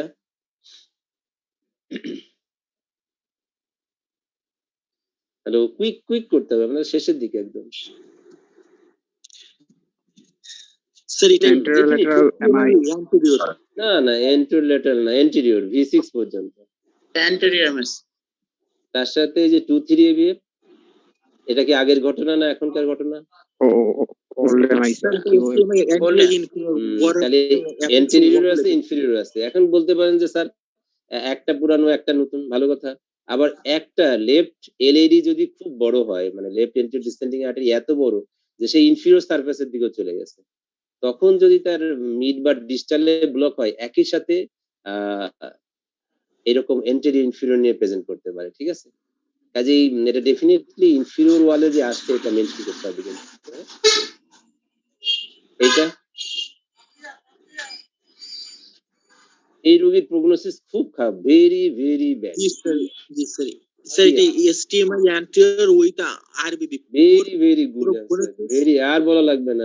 আরবিবি কারণ হচ্ছে যে ডিপ স্লার্ড এস ওয়েভ আছে 1 এ, তাই না? V6 এ এই রোগীর মানে প্রক্সিমাল এলএডি, মানে লেফট মেইনের পরেই তার অক্লুশন, এবং এই রোগীর কন্ডাকশন অ্যাবনরমালিটি, অ্যারিথমিয়া, সাডেন ডেথ, কাজেই ওয়াইড কমপ্লেক্স। খেয়াল করেন, কাজে অবশ্যই এলবিবি আরবিবি কিছু ফরম্যাটে আছে, তাই না? এরকম ওয়াইড কি হওয়ার কথা ছিল? ছিল না। কাজে এটা এন্টেরিয়র এমআই 5 পর্যন্ত with RBB. Very good answer. এবার এটা তো আমরা অনেকবার দেখে ফেলছি, তাই না? 2-3 AVF পোস্টেরিয়র ল্যাটারাল, তাই না? ইনফেরো ল্যাটারাল পোস্টেরিয়র। এটা দেখেন আবার 2-3 AVF আছে, শুধু V1 এ এসটি এলিভেশন আছে। তাহলে এটা কি সাজেস্ট হয় যে এভিআর এও একটু আছে। আরবি maybe, infraction. Good, very good. এটা কি বলতে পারবে? স্যার এটা ভেন্ট্রিকুলার পেস রিদম। Pacemaker. এর প্রথম কথা হচ্ছে permanent pacemaker rhythm. Very very good. যেহেতু এলবিবি প্যাটার্নে আছে, কাজেই এটা আরভি তে আছে, এবং যেহেতু পিআর ইন্টারভেল ফিক্সড, কাজে এটা ডুয়েল চেম্বার। পিআর ইন্টারভেল যদি ভ্যারিয়েবল হতো তাহলে সিঙ্গেল চেম্বার পেসমেকার। দেখেন পিআর নরমাল, তাই না? অল পিআর নরমাল, কাজে এটা ডুয়েল চেম্বার পেসমেকার। কাজে এটা এমআই টেমআই এলবিবি টেলবিবি আগেই বলার দরকার নাই। কাজে কখনো থাকলে দেখেন যে পেসড রিদম কিনা, যে স্পাইক দেখা যাচ্ছে কিউআরএস এর আগে। এখানে আসলে অ্যাট্রিয়াম সেন্স করছে, ভেন্ট্রিকল পেস করছে, এই জন্য অ্যাট্রিয়ামের আগের লিডটা নাই। অ্যাট্রিয়াল রিদমটা পেশেন্টের ওন রিদম, এই জন্য অ্যাট্রিয়াল পেসিং হচ্ছে না। কাজে ভেরি গুড। একটা এলবিবি আসলে যদি আপনি আরভি তে পেসিং করেন তাহলে এলবিবি হবে, এলভি তে পেসিং করলে আরবিবি মরফোলজি হবে। কাজেই একটা এলবিবি এসে গেলেও একটু খেয়াল করেন যে এখানে আর কিছু আছে কিনা, পরীক্ষার হল তো, কাজেই এই ধরনের জিনিস থাকতে পারে। এটা তো আমরা দেখেই ফেলছি না, ইনফেরিয়র পোস্টেরিয়র। ওকে, এইবার এটা যে বলবে তাকে special, very very special thanks, এক নজরে যে বলতে পারবে। Sir, AVR. নাম বলতে হবে, যে বলতেছে, আমি নাম দিতে পারছি। ওয়ালেন্সটাইন স্যার, ওয়ালেন্সটাইন। এক্সট্রোকার্ডিয়া। Sir, AVR positive. দুইটা উত্তর, আমি কোনটা নিব? একটা well Dextrocardia. Sir, dextrocardia, true true dextrocardia. dextrocardia, sir. One and Very- AVLP okay, inverted okay, AVLP very, elevated very and good. reverse progression. প্রথম, হ্যাঁ, থ্যাংক ইউ স্যার, আমাকে একটু বলতে দেন যে আপনি ইসিজি দেখার আগে কি দেখবেন? রোগীর নাম, বয়স, টাইম, সময়, এটা দেখতেই হবে। তারপরে লিড 1 দেখে আপনি যাত্রা শুরু করেন। লিড 1, আমি অত বলতেইছি না। লিড 1 এ যদি পি নেগেটিভ থাকে, বুঝবেন সামথিং রং। এভিআর এ যদি পজিটিভ থাকবে, আরো রং। তাহলে এটা যদি শুধু লিম লিডে এই চেঞ্জ থাকে, চেস্ট লিড নরমাল থাকে, তাহলে হচ্ছে টেকনিক্যাল ডেক্সট্রোকার্ডিয়া, মানে যে করছে। আর গড যদি ডেক্সট্রোকার্ডিয়া করে, তাহলে V1 এ আর এর হাইট সব থেকে বেশি হবে। আর যদি মানুষ করে, তাহলে V5 V6 এ আর এর হাইট বেশি হবে। তাহলে খেয়াল করে দেখেন যে 1 এ নেগেটিভ, এভিএল এ নেগেটিভ, এভিআর এ পজিটিভ, তাহলে এটুকু হচ্ছে টেকনিক্যাল ডেক্সট্রোকার্ডিয়া। এর সাথে যদি আপনি দেখেন যে V1 এ যতটুকু আরওয়েভ আছে, সর্বোচ্চ আরওয়েভ কোথায় আছে? V1 এ। কাজে এটা গড বানানো ডেক্সট্রোকার্ডিয়া। এটা আরো সোজা মনে রাখেন, মানুষ বানাইলে লিম লিডে পারবে, আর গড বানাইলে লিম লিড, চেস্ট লিড দুটাই বদলাই দিবে। ক্লিয়ার কিনা? যেটা মিরর ইমেজ অথবা ট্রু ডেক্সট্রোকার্ডিয়া, যে লিম লিডেও চেঞ্জ আছে, স্যার আরেকবার বলুন স্যার। বললাম যে গড তো সব পারে, গড সর্বশক্তিমান গড।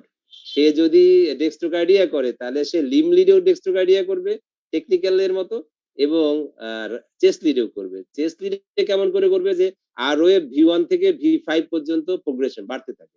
এখানে খেয়াল করে দেখেন যে আর ওয়েভের হাইট সব থেকে বেশি কোথায়? V1 এ না? আর ওয়েভের হাইট কোন জায়গায় বেশি? এখানে কি আর ওয়েভের হাইট আর আছে? আর আছে? কই? এখানে তো আর নাই, আছে? তাহলে সর্বোচ্চ আর ওয়েভ কোথায়? V1 এ। আর যদি ট্রু ডেক্সট্রোকার্ডিয়া হয়, তাহলে লিম লিডেও থাকবে এবং চেস্ট লিডেও চেঞ্জ থাকবে। চেস্ট লিডে হচ্ছে যে আর ওয়েভটা V1 এ বেশি থাকবে। আর মানুষ যদি করে, তাহলে শুধু লিম লিডে থাকবে। এটা বলেন তো দেখি এবার, এটা একেবারে Sir, wrong lead placement. Good. এই তাহলে একই বোঝা গেল যে এখানে মানুষ শুধু লিম লিডে করতে পারছে, 1 এভিএল এভিআর এ পারছে, কিন্তু চেস্ট লিডে কিন্তু দেখেন আর ওয়েভ V5 V6 এ বেশি, তাই না? কিন্তু আগেরটাই কি ছিল খেয়াল করে দেখেন, আর ওয়েভ কোথায় বেশি ছিল? আর পিকিউ আর এর আর ওয়েভ কোথায় বেশি? V1 এ না? Yes, sir. এখানেও চেঞ্জ হবে। দুই পাশে যদি চেঞ্জ হয়, তাহলে ট্রু ডেক্সট্রোকার্ডিয়া। আর যদি শুধু লিম লিডে চেঞ্জ হয়, তাহলে যে করছে সে ডেক্সট্রোকার্ডিয়া। Thank you. Sir, আমার একটা কোশ্চেন ছিল স্যার। এবার আমি প্রথম থেকে শুরু করি। আমি একবারে মানে যাতে কিছুই সবই মাথার থেকে আউট না হয়ে যায়, আমি 10 মিনিটে পুরো জিনিসটা রিভিশন বলবো। তার আগে সবাই কোশ্চেন করতে পারে, যদি রোজায় টায়ার্ড না হয়ে যায় কেউ।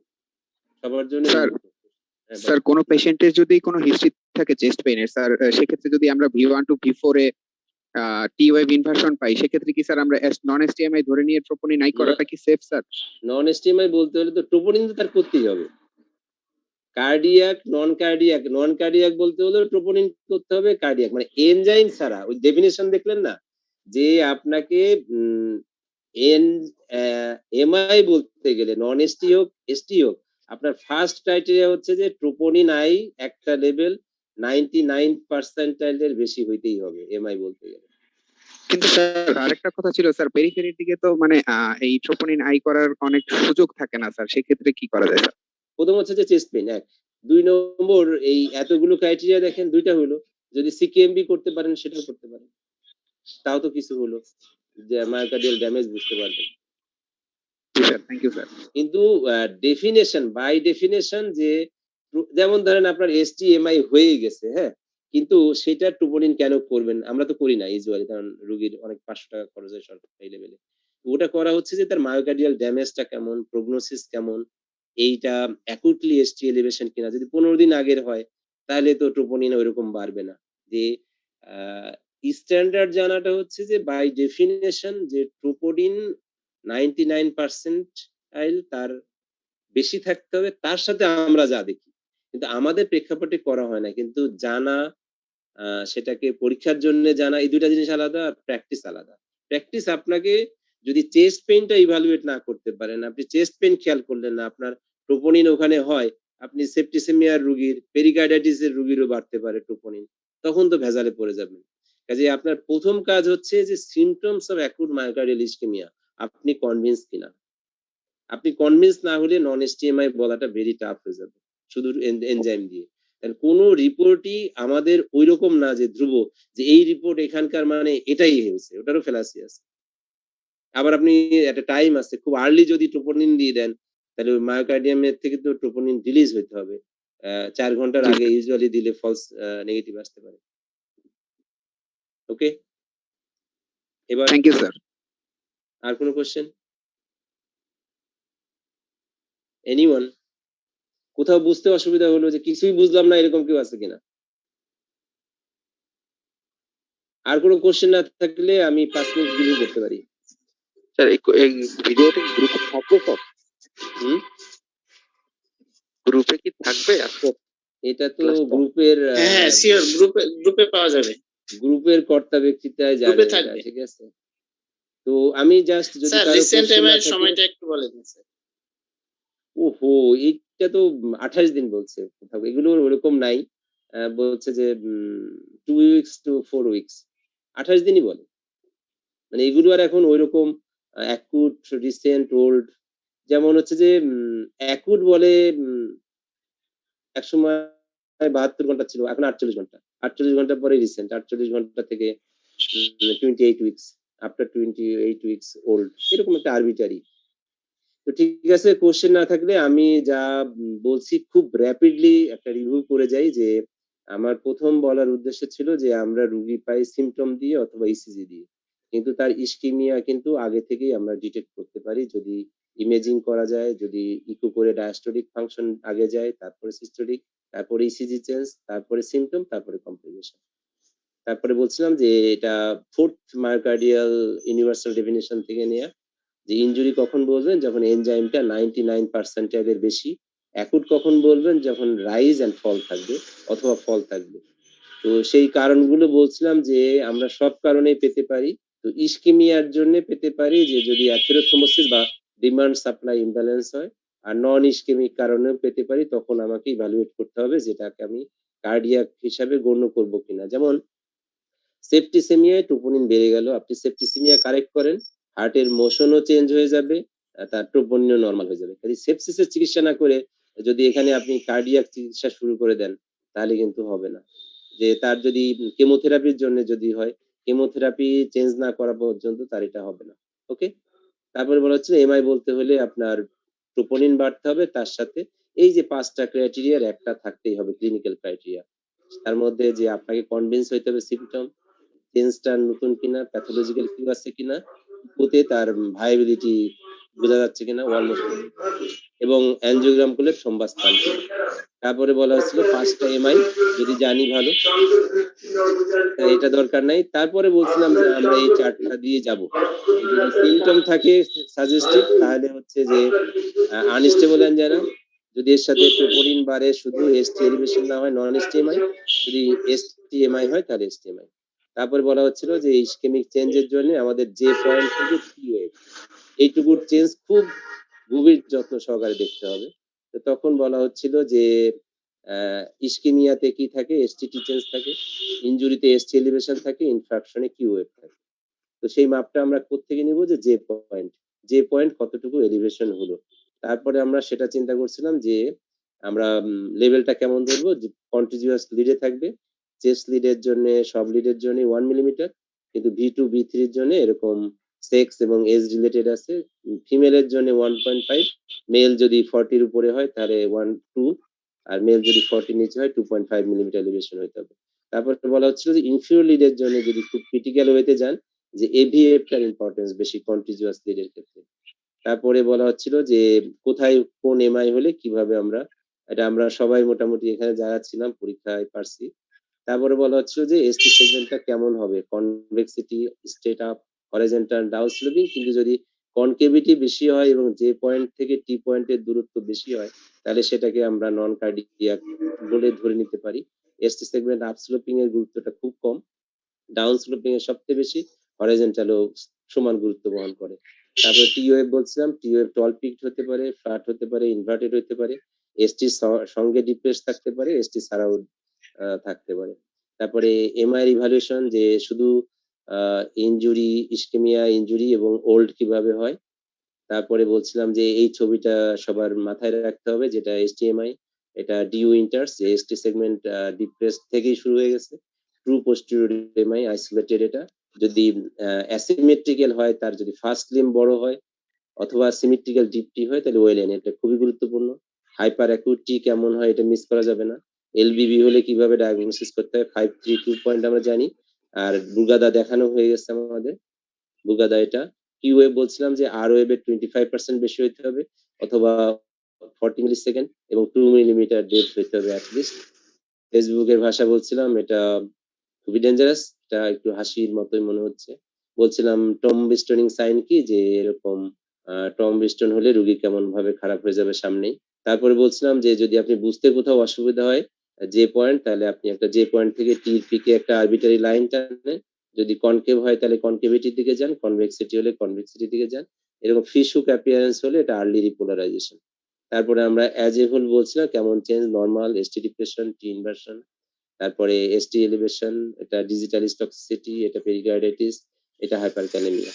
তারপর বলছিলাম পেরিকার্ডাইটিস এর সূত্র যে অল লিডে থাকবে এক্সেপ্ট এভিআর আর V1, ST এলিভেশন সেক্ষেত্রে PR সেগমেন্ট এলিভেশন থাকবে। এবং আমরা স্পোডিক সাইন বলছিলাম যে TP সেগমেন্টটা যদি ডাউন স্লোপিং থাকে তাহলে এটা 80% ক্ষেত্রে অ্যাকুট কেসে পাওয়া যায়। এবার আমরা ECG দেখানো শুরু করছিলাম যে STMI ইনফিরিয়র থাকলে রাইট সাইডেড করতে হবে। রাইট সাইডেড ECG সব অল রাইট সাইডে নিতে পারি অথবা V1 V2 কে জায়গায় রেখে লেফট সাইডের চারটাকে রাইট সাইডে নিয়ে আসতে পারি। যদি V3 থেকে V6 এর মধ্যে 1 মিলিমিটার ST এলিভেশন থাকে আমরা RV ইনফাকশন করি, তার ম্যানেজমেন্ট বুঝছি। তারপরে আমরা বলছি যে মিরর ইমেজ কিভাবে হয়, যে জাস্ট অপোজিট ধরলে এটা আর ওয়েভটা কিউ ওয়েভ হয়ে যায়, ডিপ্রেসড ST সেগমেন্ট এলিভেশন হয়ে যায়, আপরাইট টিটা ডিপ্রেসড হয়ে যায়, এটা মিরর ইমেজ হয়ে যাচ্ছে। তারপরে আমরা ছবি দেখছি যেটা পোস্টেরিয়র এমআই, পোস্টেরিয়র এক্সটেনশন ইনফিরিয়রের সাথে ছিল। পোস্টেরিয়র ECG কোথায় বসাইতে হবে, 7, 8, 9 ব্যাকে 5th স্পেসে, posterior axillary line, mid clavicular line, then স্পাইনের ল্যাটারালি। তো সেখানে যদি 0.5 মিলিমিটার এলিভেশন থাকে তাহলে পোস্টেরিয়র কনফার্ম, তো সেটা ডিনোট করে 7, 8, 9 করে। তারপরে আমরা গার্বোসা ক্রাইটেরিয়া বলছিলাম যে কনকর্ডেন্ট এলিভেশন হলে 5, কনকর্ডেন্ট ডিপ্রেশন হলে 3, ডিসকর্ডেন্ট হলে 2 পয়েন্ট। তারপরে আমরা দেখতে গেছি এটা ইনফিরিয়র, এটা আমরা লেফট মেইন সাজেস্টিভ ডিজিজ বলছি, এটা পেরিকার্ডাইটিস, যে আমরা অনেকেই খুব ভালো অ্যান্সার যে অল লিডে কনকেভিটি আছে, পিআর সেগমেন্টের ভিআর এ পিআর এলিভেশন, ST ডিপ্রেশন, কাজে এটা পেরিকার্ডাইটিস। এটা আমরা কখনোই যদি কোনো QRS কমপ্লেক্সটা একটু কিউএফ থেকে আলাদা মনে করি যে WPW এর সাথে কনফিউজ হচ্ছে কিনা, এটা WPW। পরেরটা WPW, যেহেতু হোয়াইট নেগেটিভ ডেল্টা ওয়েভ আছে, এখানে ডেল্টা ওয়েভ দেখে ফেলছি। এটা শার্প ফিন অ্যাপিয়ারেন্স, যে কখনো অ্যারিথমিয়া বা প্যালপিটেশন বা সাডেন ডেথের ফ্যামিলি হিস্ট্রি থাকতে আমরা যদি এরকম কোভড প্যাটার্ন পাই, শার্প ফিন অ্যাপিয়ারেন্স পাই, সেটা হচ্ছে আমাদের বুর্গাদা টাইপ ECG। এটাও আমরা পেরিকার্ডাইটিস এর পক্ষে বলছিলাম। এটা LBB কমেন্ট করতে পারি না কি কারণে হলো। তারপরে আমরা এটাকে প্রিন্স মেটাল হিসাবে রাখছি কারণ একটা সিঙ্গেল করোনারি আর্টারি টেরিটরিতে কনকেভিটি আপওয়ার্ডস আছে। এটা আমরা যে এন্টেরিয়র সাথে ইনফিরিয়র কম্বিনেশন একই করোনারি আর্টারি দিয়ে আসতে পারে তার একটা ছবি। বলছে যে RBB প্যাটার্ন যদি হোয়াইট কমপ্লেক্স আসে তাহলে সেই রোগীর প্রগনোসিস খুব খারাপ, খুব যত্নে ম্যানেজ করতে হবে। তারপরে এটা পারছি আমরা, যদি ইনফিরিয়রের সাথে V1 এ এলিভেশন থাকে এটা আমরা RV ইনফেকশনের পক্ষে গেছি। আমরা একটা যাতে LBB এর সাথে কনফিউজ না হয় একটা ডুয়েল চেম্বার পেসমেকার দেখছি, যেটা PR interval fixed, white complex এবং স্পাইক দেখা যাচ্ছে, কাজে এটা পেসিং ECG। তারপরে এটা তো আমরা দেখছি, এবং কখনো ECG দেখতে হলে আমরা লিড 1 দেখে নেব সব পজিটিভ কিনা, নেগেটিভ হলে এটা টেকনিক্যাল ডেক্সট্রোকার্ডিয়া না ট্রু ডেক্সট্রোকার্ডিয়া। বলা হচ্ছে যে ট্রু ডেক্সট্রোকার্ডিয়া হলে V1 এর সব থেকে বড় ROF থাকবে এবং টেকনিক্যাল এর মতোই থাকবে, এটা টেকনিক্যাল ডেক্সট্রোকার্ডিয়া বলছি। এবং সবাইকে স্পেশাল থ্যাঙ্কস 2 ঘন্টা ধৈর্য সহকারে থাকার জন্য। Thank you Lancet, thank you everyone. Sir sir sir শুনতে পাচ্ছেন? পার্সেন্টাইলটা কি আপনি বলছেন? আমি প্রথম দিকে ছিলাম না। কি পার্সেন্টাইল, যে 99%, যে প্রত্যেকটা যখনই আপনি ট্রোপোনিন রিপোর্ট দিবেন, তাই না, যখনই দেন সেই ল্যাবের যে রেফারেন্স ল্যাব ওটার 99 পার্সেন্টাইল করা আছে। এটা কিন্তু ধরেন যে এক ডায়াগনস্টিক সেন্টার এক সেন্টার কিন্তু লেভেল মিলবে না, কাজেই আপনাকে অলওয়েজ সেই সেন্টারের যে নর্মাল আপার রেফারেন্স লিমিট কত তার 99% লিমিটের মধ্যে ক্রস যদি করে যায় তাহলে সেটাই হচ্ছে মায়োকার্ডিয়াল ইনজুরি।